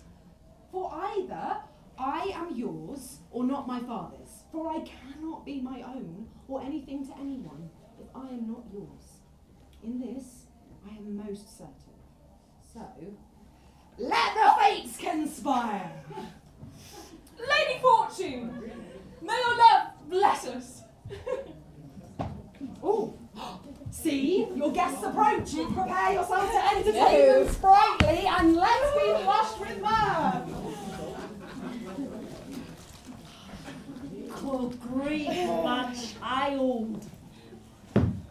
When my old wife lived, on this day, she would be a wench, butler and cook, both dame and servant, welcomed all, served all, her face on fire with labour. Your dawdling. There. Bid these unknown friends warm welcome. Let go your shyness. Present yourself as what you are, mistress of the festival. Come on, bid us welcome to your sheep-shearing. Your good flock will prosper. Sirs, welcome. It is my mother's will that I take on the hostessship of the day, so welcome, sirs, reverend sirs. Give me those flowers, that's all good. Reverend sirs, here for you, it's rosemary and some rue. These keep their beauty and their scent all winter long. May grace and remembrance shine upon you both, and welcome to our shearing. Shepherdess, how clever of you to match our ages with flowers of winter. Sir, the year grown older, not yet at summer's death, no, nor at the birth of trembling winter. The fairest flowers of the season are common daisies and striped carnations, which some call nature's bastards. Of that kind, our rustic garden's barren, and I refuse to plant seeds of them. We'll make your garden rich in carnations and call them not bastards. I'll not shovel on earth to plant one seed of them. And no more than would I wish were my face painted. This youth would be bewitched, and only then desire to breed with me. Here for you, flowers, some warm lavender, there's some mint, there's some savoury, some marjoram, and there's more lavender, and there's marigold. These go to bury the sun, and with them rises the dewdrops. These flowers of middle summer are best for good men of middle age. You are most welcome. Had I the youth of your flock, I'd abandon grazing and only live by gazing. Oh, come now, you'd be so thin that blast of January would blow you through and through. Now, my fairest friend, I wish I had some flowers of the spring to match with your springtime. Oh, thank you. And you, who wear the wreaths of virgins, but who feel the bloom of womanhood.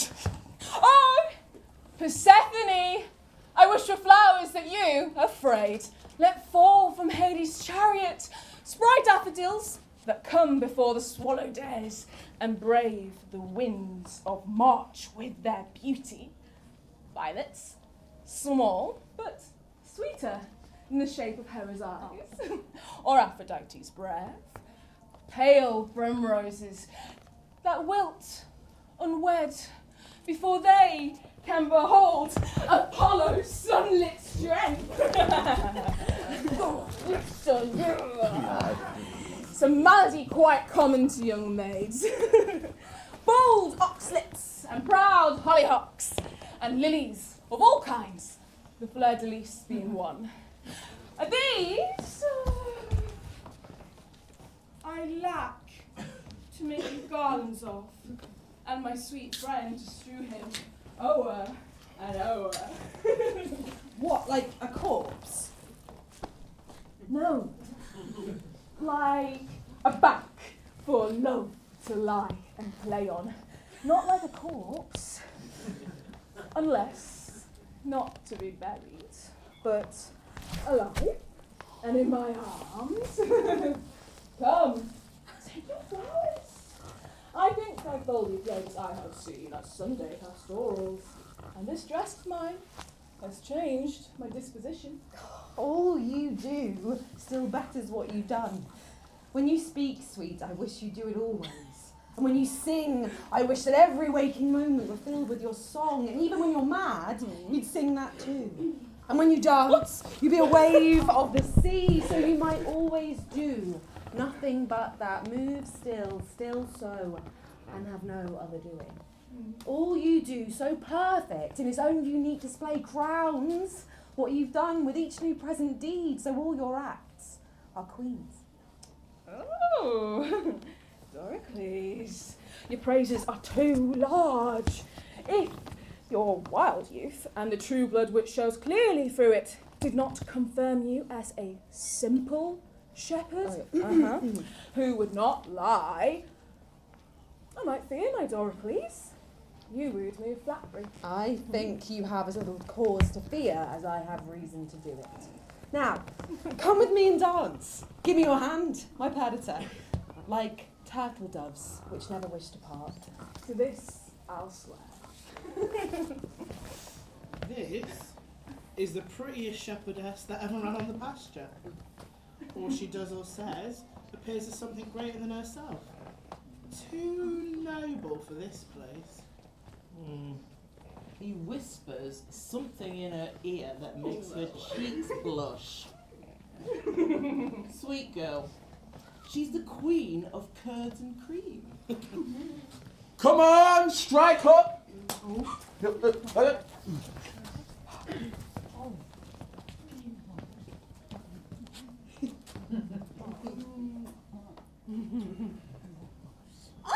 don't have bad breath. Garlic to cover it.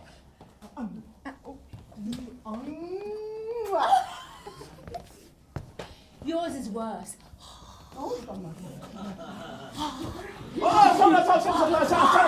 Stop! We're known for our good manners. See what I mean? Right. Are you ready? Oh yeah! 1, 2, 3, go!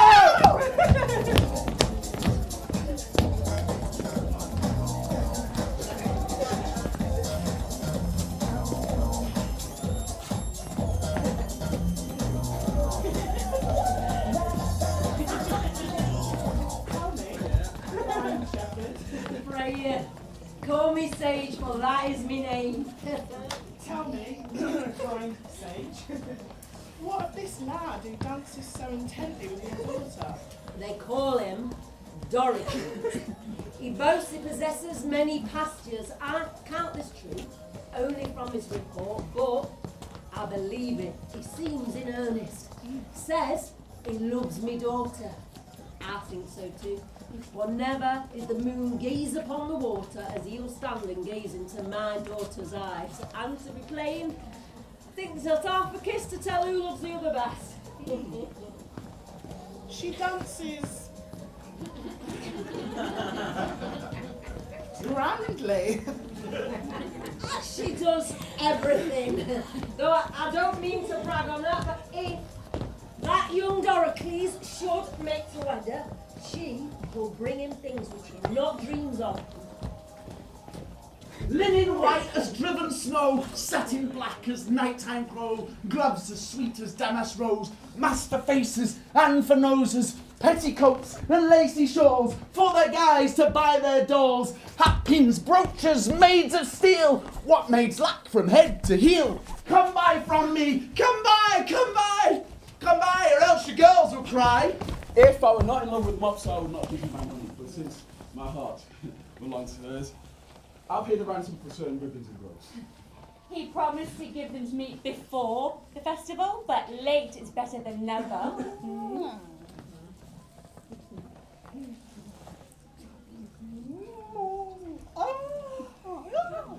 He promised to give me more than that if rumours are true. Well, he has already given you all that he promised you. And maybe even more than that. And the gift's still growing, and it will shame you when you give it back to him. No manners left among maids! Why do they speak through the underwear? Must you be tit-tattling in front of our guests? Thank goodness they speak amongst themselves now. Clap up your traps, and not another word! All right. Thank you. I'm done. But you promised to buy me some silky lace and some silky gloves. Didn't I tell you I got robbed on the road and lost all my money? What? Well, men should beware. There are petty thieves about everywhere, sir. Fear not, man. There's no thieves here. Oh, well, I hope not, sir, because I have many precious items with me. What ballad sheets have you? Oh, yes, buy some. I love a printed ballad. But then you can be sure that it is true. I have this one. It goes, two maids wooing a man. It's known by every maid west of here. It's very popular, I assure you. Oh, two maids wooing a man. Oh, we can sign it if you'll take a part. It's a three-way. We learned that last month. Well, I can do it. It is my profession, after all. Let's go at it together. Let's play.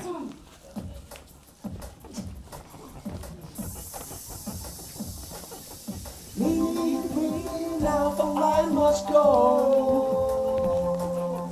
Well, it's easy not to go.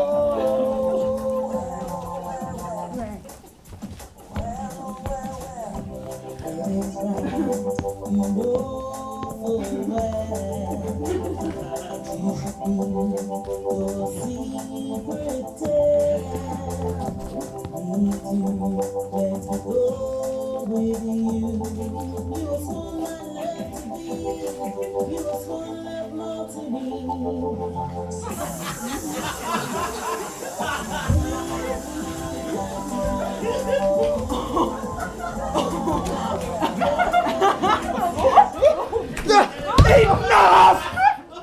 We'll finish this song later when we're alone. My mother and the gentleman are in serious talks, so we'll not bother them. You! Bring your wares with you. Wenches, I'll buy for you both. Follow me, girls. Well, I'll give you all I have. And you'll pay well for it, too.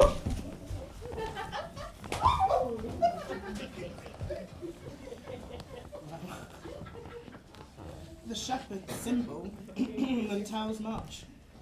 This flirtation has gone on long enough. It's time to part them.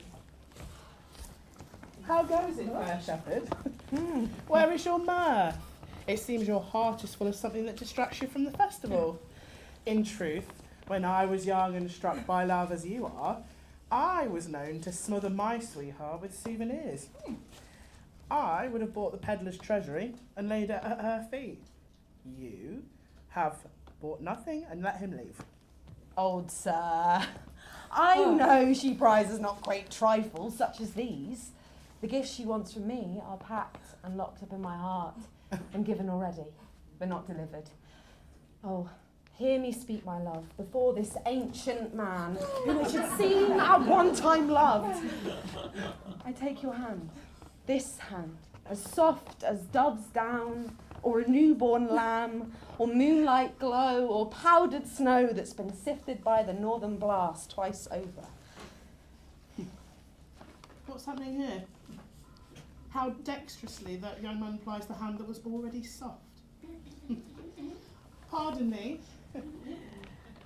Carry on with your elucidations. Say what you profess. And you'll be witness to it. And this my neighbour also.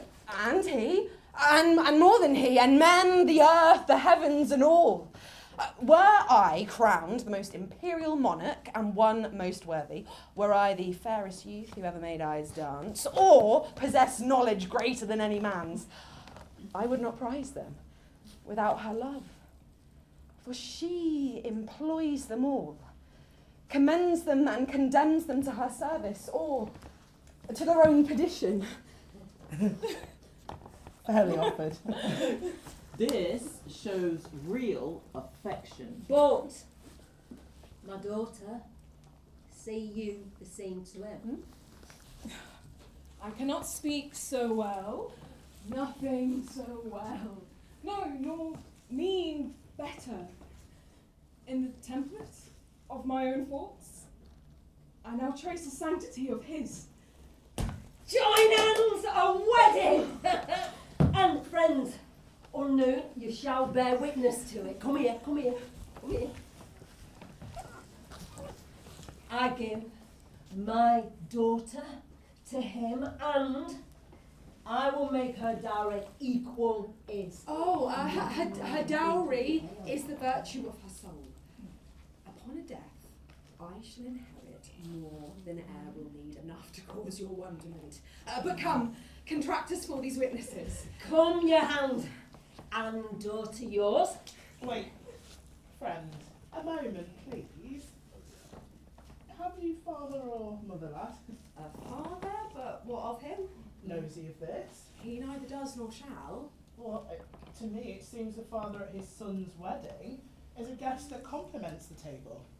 For reasons which I cannot share with you, grave sir, I shall not acquaint my father in this business. Let him know it. He shall not. I pray you, tell him. No, he must not. Let him, my son. He'll have no need to grieve at learning your choice. No, he must not witness our marriage. Witness your divorce. I will not call you son. You are too base to be acknowledged. You, a fortune teller who couples with a sheep book. You, old pimp. You're lucky that by killing you, I'll only cut short your life by 1 week. And you, fresh piece of excellent witchcraft. Of course you must know it's my foolish son you're bedding. I will have your beauty scratched by briars and made more homely than your station. And you, boy, if ever I hear you even sigh, for no more will you see this toy, for I shall not permit it. I will have you barred from your inheritance. Consider you an orphan, not my kin. Believe me in this. Now, follow us to the park.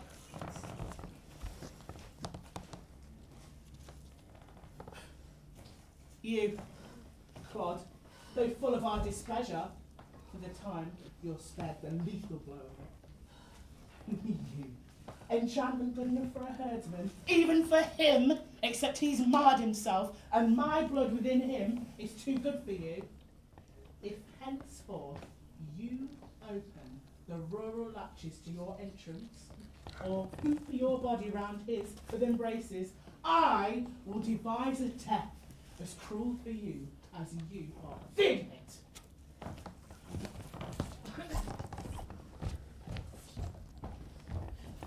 We are undone.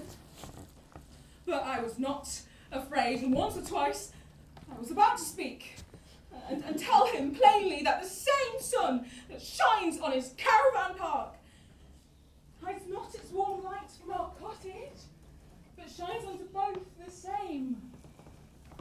Please, sir, be gone. I told you what would come of this. Begone, sir!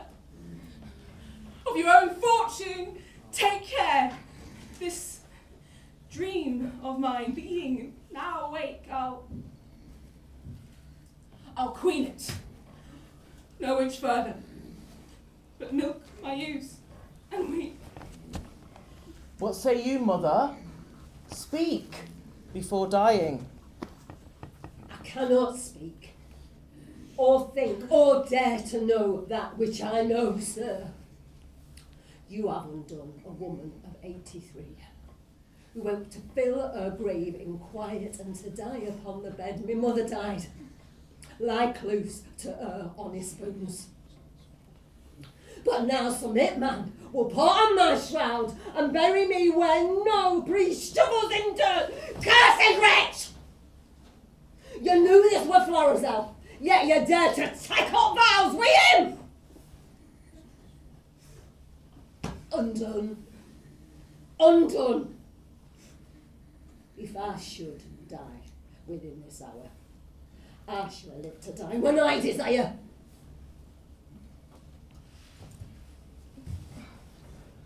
Good.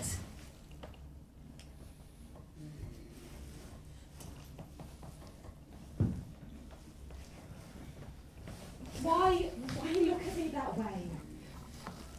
I'm sorry, but not afraid. Delayed, but nothing's altered. What I was, I remain. More straining on, but being pulled back, not following my leash unwillingly. Gentle Florizel, you know your father's temper, and for now, I fear he will not have any speech, which I suppose you don't intend on giving. Neither, I fear, will he welcome sight of you. So, until his fury settles, do not go before him. I do not intend to. Are you Camillo?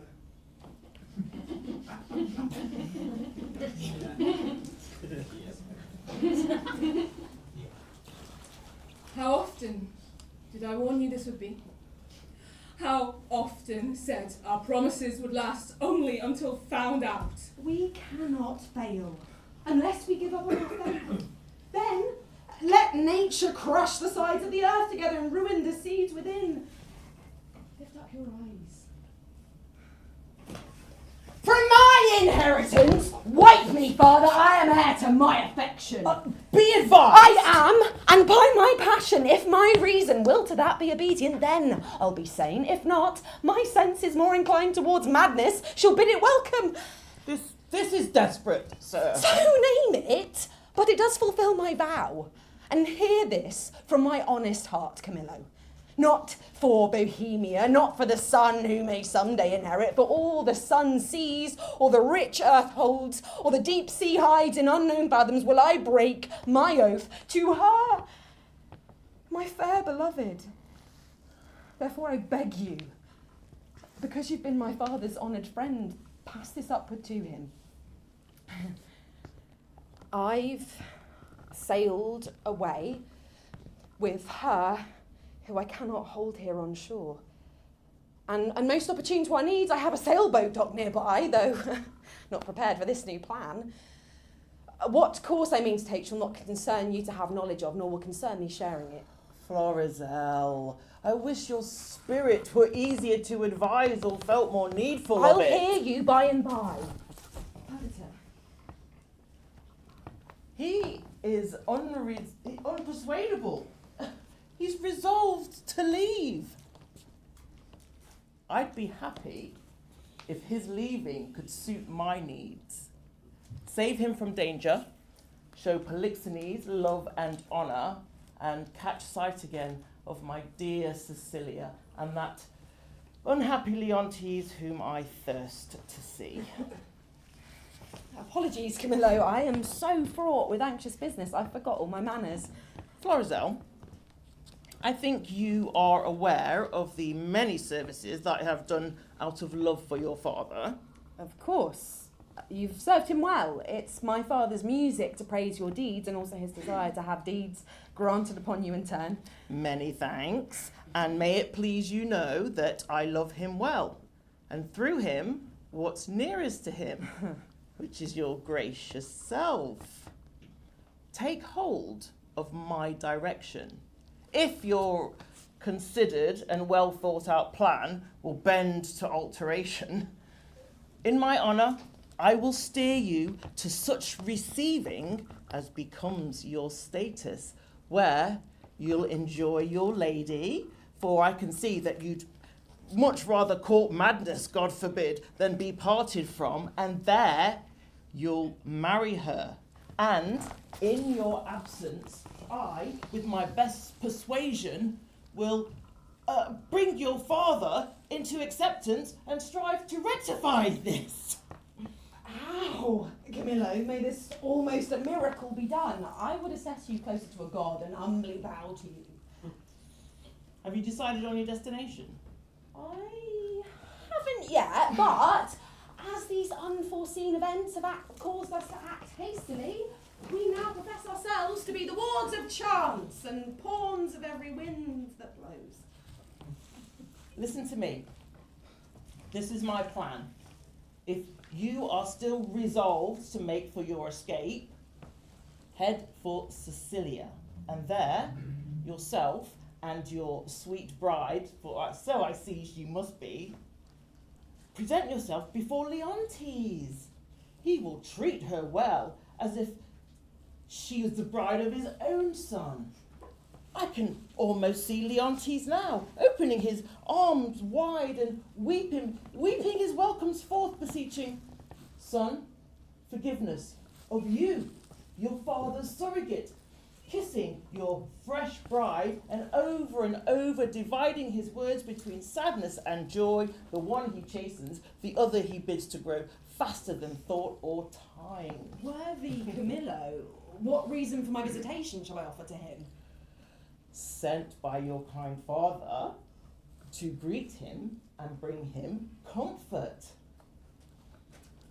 The manner of your bearing towards him and things, as from your father you shall deliver, things known only between the three of us, I'll write this down so that it guides your way through every sitting what you must say to him to convince him that you come from your father with his kindest greetings and speak his warmest heart.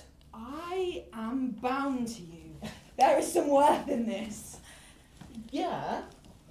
I mean, it's a better plan than launching yourself towards unknown shores, unpathed waters, miseries to spare, no one to help you. You'd swap one misfortune for another. Nothing more stable than your anchors to hold you in a place where you loathe to be.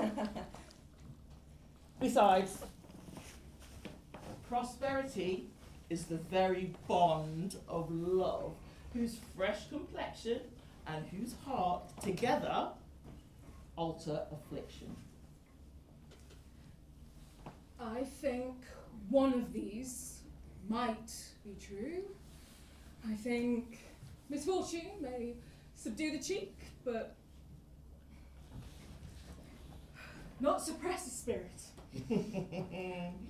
I cannot pity that you lack an education, for you are teacher to the teachers. Sir, for this I'll blush you my thanks. My prettiest father, sir. Oh God, the things we stand upon. Camillo, caretaker of my father, now of me, the medicine of our house. What shall I wear? I'm not tired as fair Bohemia's air, nor will be in Sicilia. Oh, fear none of this. I think you know my fortunes are housed there. It will be my great pleasure to have you royally appointed, as though the scene you play were mine to direct. You shall want for nothing. I will write this message down, and being there as you arrive will clear up any doubts. Praises on you. All that you say seems wise. Who do we have here? Let's make instrument of him. Pass by nothing that will help us. Good day, sir. Oh. Why shake you so? We intend you no harm. I am a poor fellow, sir. Well, calm yourself. We don't intend to steal that from you. However, for the garments of your poverty, we must make an exchange. Understand that you must undress yourself and trade attire with this gentleman. And although he'll be the worse off, Here. Here is coin for your trouble.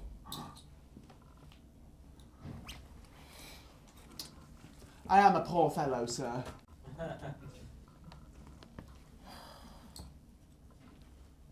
I know him well enough. Undress and quickly. See, I have been earnest with you and therefore cannot, in conscience, take more of your money. Unbuckle. Unbuckle.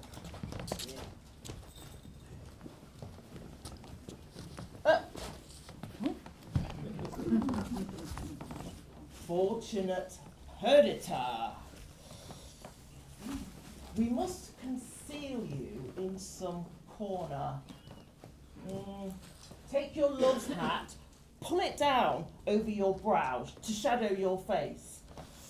Uncostume you. Tamp down your demeanour, your sparkling demeanour. You must, for I fear eyes are watching, board the boat unseen. I see, the play is cast, and I must act a part. No remedy. Have you done? If I now met my father, he would not call me son. No. You shall wear no hat. Come, lady, come. Well, farewell, friend. Well, adieu, sir. Oh, Perdita, what have we forgot? Give me a word with you. What I do now, I tell Polixenes of this escape and where the two are bound, at which time I convince him to make chase after them with me in his company, and therefore review Sicilia, for which I have a heartfelt longing.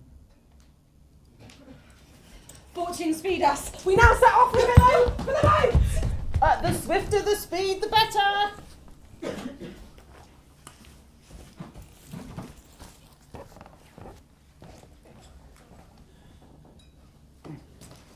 I know this business well enough. A good ear, an open eye, a nimble hand is necessary for a pickpocket. A good nose is required also to sniff out work for the other senses. I see this is the era of the unjust man. What an encounter this has been, even without the windfall. Well, what windfall might flow from this encounter? I think the gods are spoiling me that I may act as I please without hesitation. Florizel was up to some trickery as well. He steals away from his father with his clog at his heels. I would not tell Polixenes even if I could profit from it. Well, in fact, I think it might be more profitable to conceal it, and thereby I am loyal to my profession. Oh. There's more fuel for a hot brain. Look, you're in a pickle barrel. There's no other way but to tell Polixenes that she's a changeling and not your flesh and blood. No, but listen. No, but you listen. Go on then. If she is your flesh and blood, then your flesh and blood has not offended Polixenes, and so your flesh and blood shall not be punished by him. Show those things that came along with her, those secret things. This being done, let Polixenes go whistle, I say. I will. Tell him the old story. Every bit of it. Yeah, and all about his son's pranks too, who, I may say, were no honest man, neither to his father nor to me, when he set out to make me Polixenes' sister-in-law. Indeed, sister-in-law is the farthest off from what you've been to him. And then your blood would have been worth heaven only knows how much more per ounce. Oh, wise puppies, these two, eh? Well, let's go to Polixenes. There is plenty in this bundle to make him scratch his beard. I wonder how this news will impede the escape of Florizel. I praise at his office today. But I'm not always honest, although I am sometimes perchance. So, let me tackle the peddler's excrement. Ah! Greetings, rustics! Where are you off to? Caravan park, if it please you, worship. Well, what business do you have there? What? And with whom? What's your name, your age, your lineage, and any other personal information? Disclose immediately. We're only plain people, sir. Well, that's a lie. You're rough and hairy. If it please, you're from the city, sir? Oh, well. Whether it please me or not, I am from the city. Can you not tell from my city attire?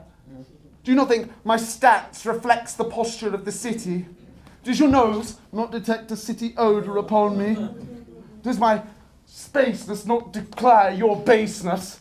Think that thou, because I attempt to extract thy business from me, that I am not a city slicker. I am a city slicker from head to toe, one who can push on or pluck back your business there. Therefore, I say, release the cat from the bag. My business, sir, is with Polixenes. Well, what advocate do you have to speak on your behalf? I don't know, sir. Well, what's in the box? What's in the bundle? What's in the box? Sir, this bundle and box contains secrets that no one must know but Polixenes, and he shall know them within the hour if I can get to speak with him. Old woman, you are wasting your time. Why? Well, because sir? Polixenes is not at the caravan park. He's on his boat, purging his melancholy. Well, if you are able to understand serious matters, Polixenes is full of grief. So I've heard, sir. My son almost married a shepherd's daughter. Oh, well, if the shepherdess hasn't been abducted, she should skip out now. Oh, the curses that are aimed at her, the tortures she'll be put to would break the back of a monster or her heart. Oh. You think so, sir? Oh, well, not only shall she suffer, but all of her relations, removed up to 50 times, shall be the hitman's targets. Does the old woman have a son or not, by the by, sir? Oh, yes, she has a son, and he will be flayed alive, then covered with honey and tied to the top of a wasp nest until he's 3/4 dead. Then he'll be revived with distilled liquids or other hot tonics, then placed against a brick wall with the sun's searing southern eye upon him and picked apart by squirrels? Yeah. But why should we worry about these rascals when we can chuckle at their miseries, eh?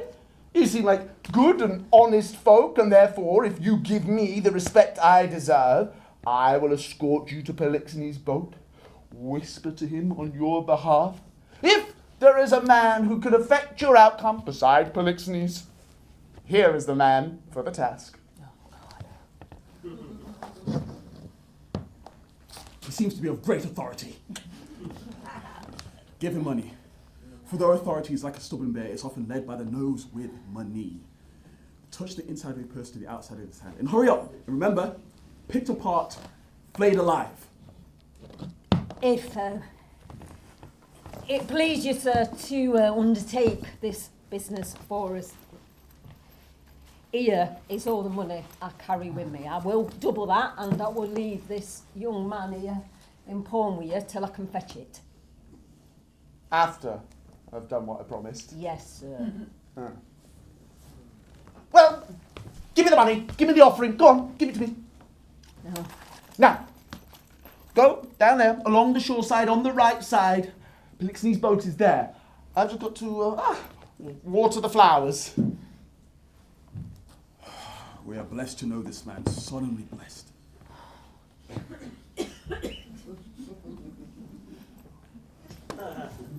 Come on, let's go, Ed.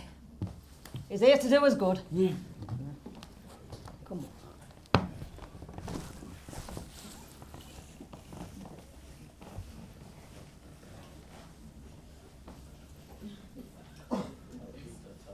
Oh my God.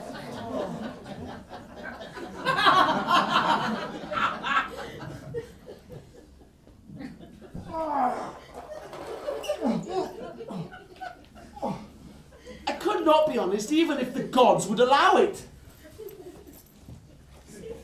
The way I see it, I have two options. One's for money, and the other to do Florizel, me former master's son, some good.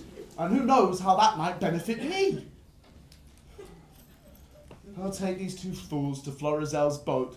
If he throws them back on shore, thinking the news they have for Polixenes is of no consequence, then let him call me a rogue for being meddlesome, for it is a title I am mated to after all. I will present them to him. It may be of some consequence.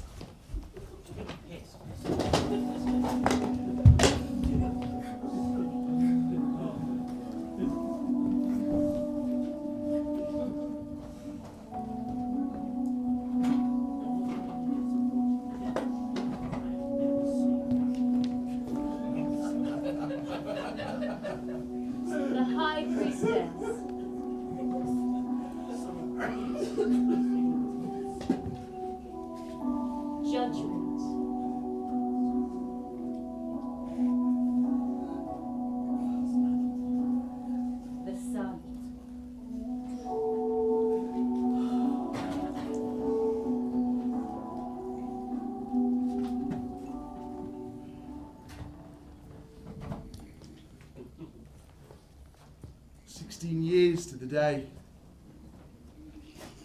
I must to a grave. And my little boys too. But you've done enough and performed a saint-like sorrow.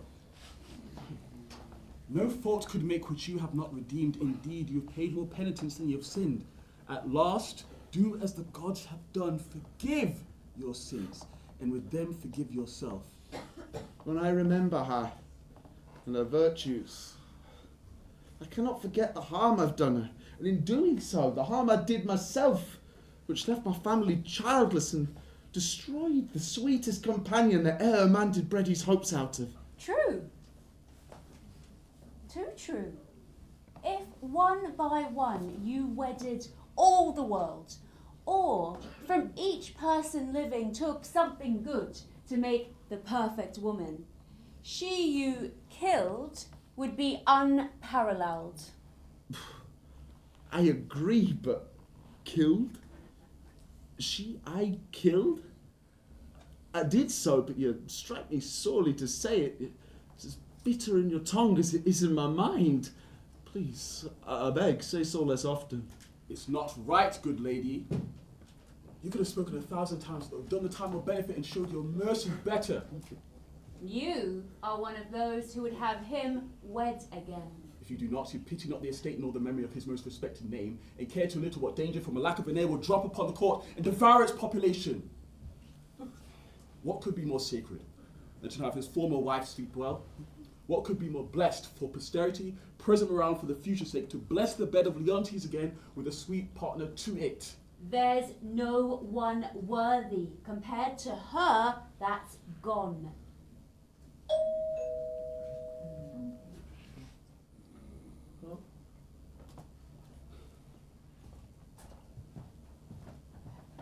Paulina, who holds the memory of Hermione dear, I know, if only I'd listened to your counsel, then I might be able to see her bright eyes once more, or take treasure from those lips.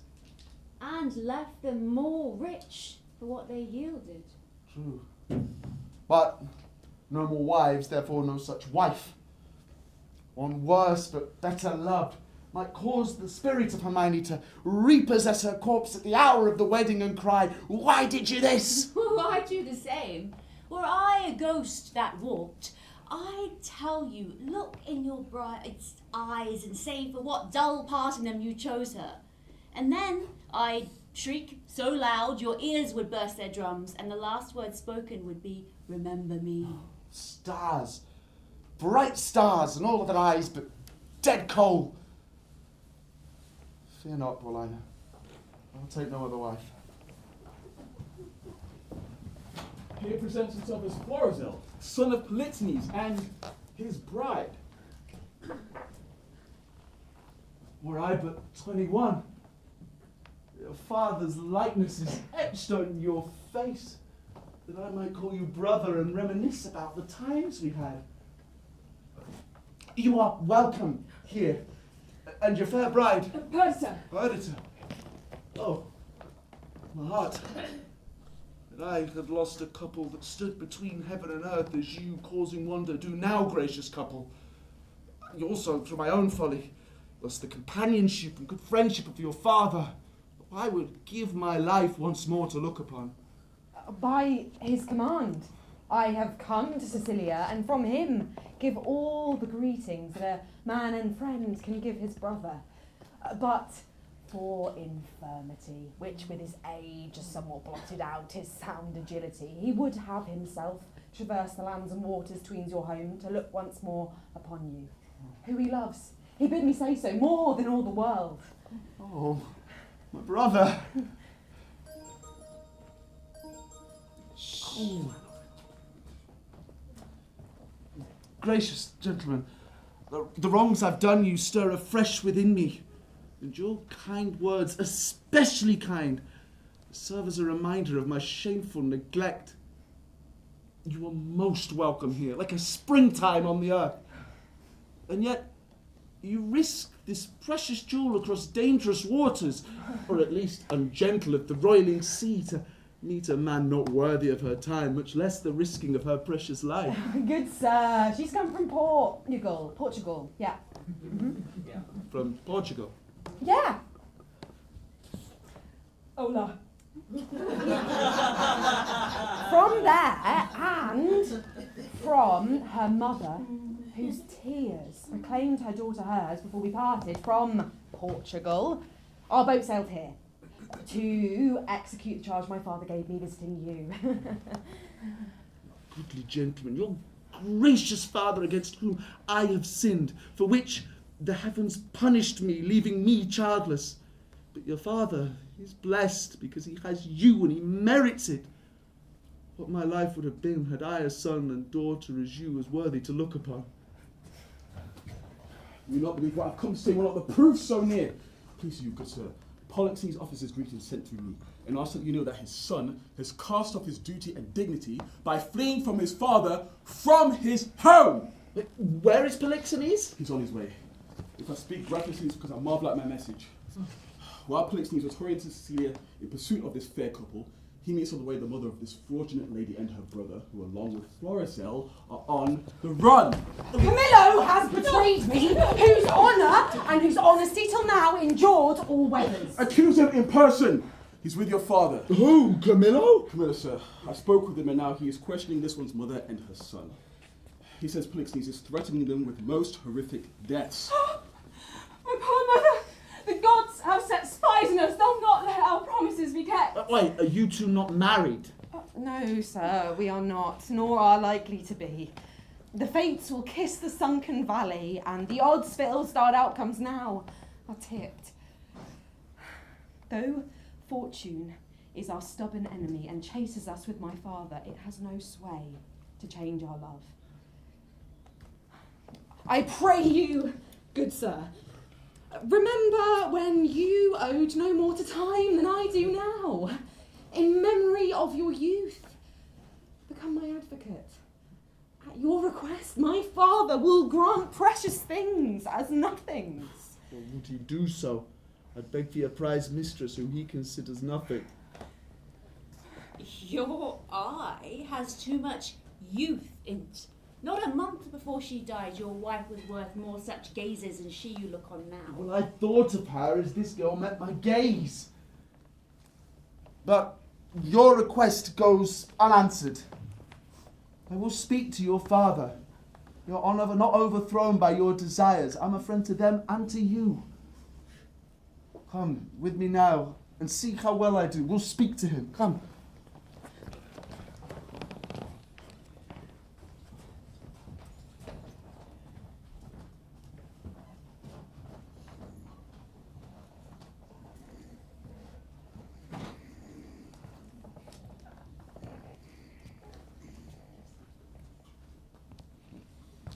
I was there at the opening of the bundle and box and heard the old shepherd tell how she had found it. But then, following astonishment by all, I was ordered out the chamber. And on my way out, I thought I heard the shepherd say, "She found the child." I witnessed only that. And the reactions of Leontes and Camillo at the reuniting, which were filled with awe. When they beheld each other, their eyes too large to fit their heads. They were speaking in the silence, language in the quiet gestures. It looked as though they'd found a world redeemed or else one destroyed. And then a gentleman said, "There's nothing but fireworks. The oracle spoke true. Leontes' daughter is found." Such a burst of wonder broke out within an hour that songwriters couldn't find the words to express it. Then another one said, "Leontes has found his daughter is true. If truth could be born out of circumstance, whether it be the cloak of Hermione, the letters of Antigonus with it, the beauty of the young lady who resembles her mother, and many other evidences proclaim with all certainty to be Leontes' daughter." Leontes and Polixenes are reunited. Had you been there, you would have felt such joy that it seemed sorrow wept to take its leave of them, for their joy waded in tears. Leontes was ready to leap out of his skin, having found his daughter. but then as if that gift had then become a loss, cried, "Oh, your mother, your mother." Then he begged Polixenes forgiveness, then embraced his son-in-law, then again smothered his daughter with desperate embraces. Next, he thanked the old shepherd, who walked away with her son, sobbing like a weather-beaten waterspout. One of the most touching moments was the telling of Hermione's death and how she came to it, which was bravely confessed and lamented by Leontes. How pierced with rapt attention was his daughter, until finally she uttered an alas and seemed to bleed tears. And then I felt my own heart weep blood too. Someone made out of stone would have wept. Then Perdita learnt of her mother's statue, which is in the keeping of Paulina, a piece of art many years in the making and recently completed. With hungry hearts, everyone's with Paulina to view the statue.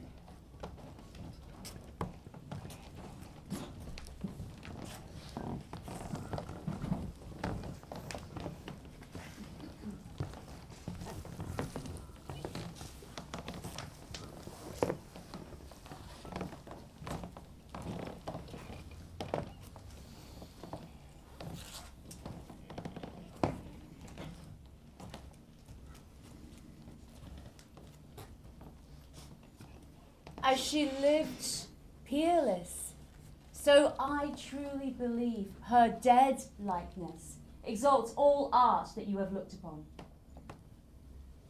Here it is. Prepare to see true life as closely mirrored as ever calm sleep mirrored death. Behold, see for yourself.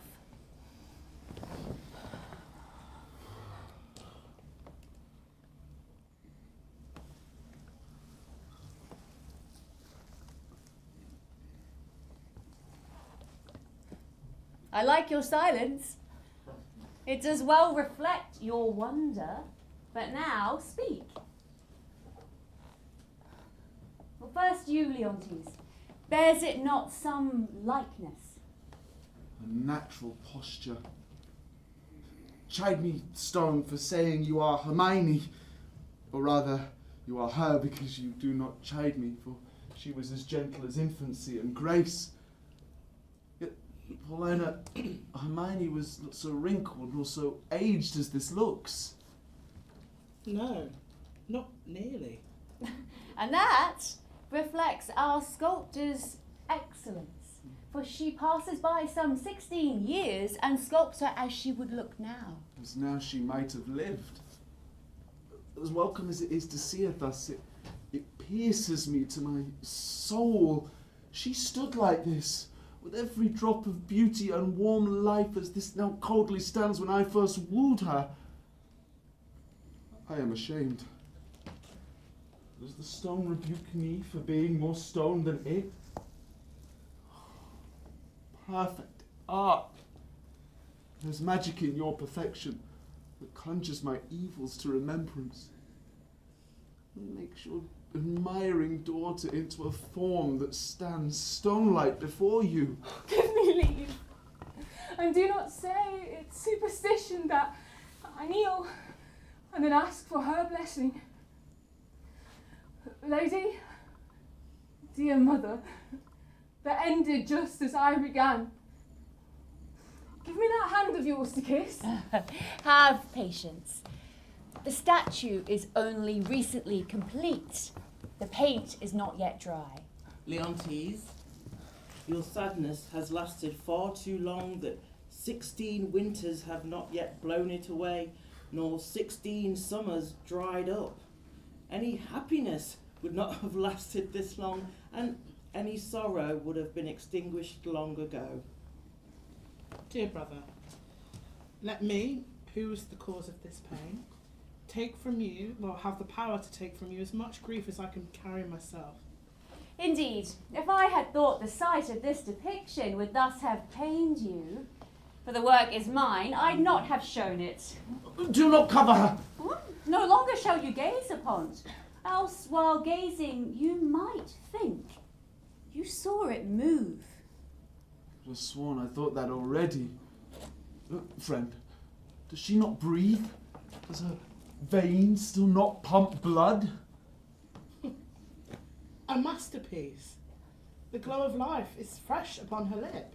Iris of her eye has motion in it. Are we fooled by art? I'll cover it up. Leontes is so far transported that he soon shall say it lives. No, sweet Paulina. Transport me 20 years or more, for no sober sense of the real world can match the pleasure of this madness. Let it alone. I'm sorry that I have stirred you this far, but I could amaze you further. Do, Paulina, for this affliction tastes as sweet as any healing tonic.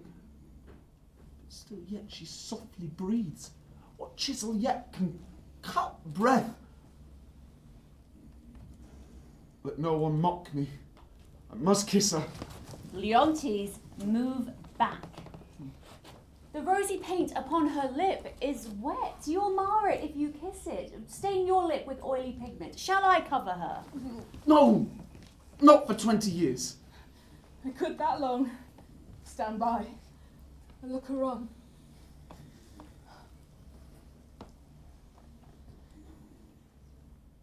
Either retreat and leave this place, or prepare yourselves for more amazement. If you can withstand it, I'll make the statue move. Indeed, descend, take you by the hand. What you can make her do, we're content to look on. What you can make a sign, we are content to see. Now, all stand still. But those who think it is unkindly witchcraft I am about, let them depart. Proceed. Not a foot shall stir. It is required that you awake your faith.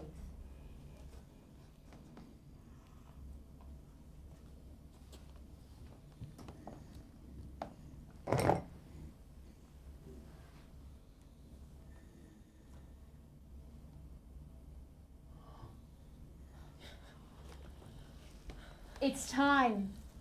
Descend. Be stone no more. Approach. Fill all who witness you with marvel. Come. I'll fill your grave up.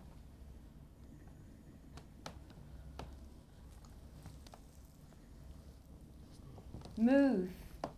Yes. Come towards us. Bequeath to death your numbness, for from death, dear life redeems you. Well, you perceive she stirs. Well, do not be afraid.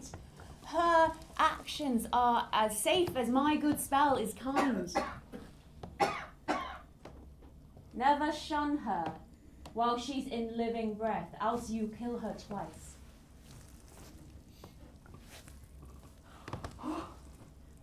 She's warm. Look how they embrace, mother and daughter. She wraps her arms around her neck. And so it seems Hermione is alive. Let her sign too. Yes, let us know where she lived or how she was brought back from the dead. If I had told you she was alive, you would have laughed as if I'd told you a fairy tale. And yet, it appears she lives.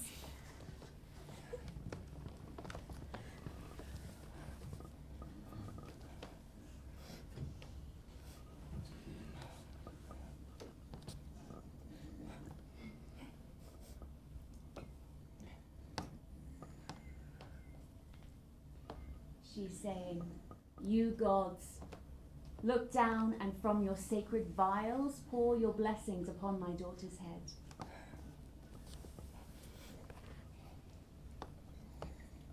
She's saying, "Tell me, child, where have you been living? How did you know you were from Sicilia?"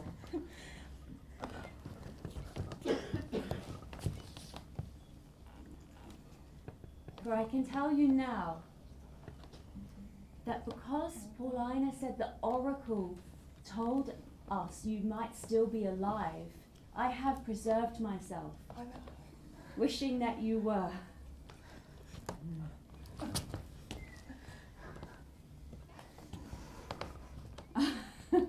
Oh, there's time enough for that. No one would dare interrupt your joys with stories of their trials.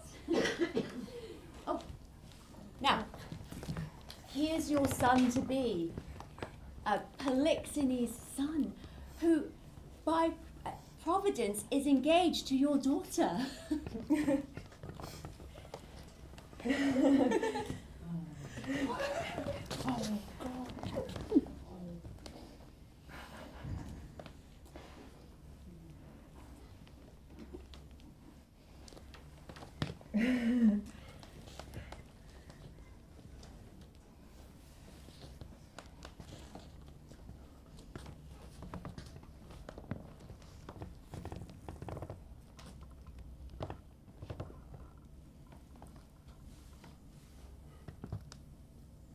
I'm sorry. I did wrong.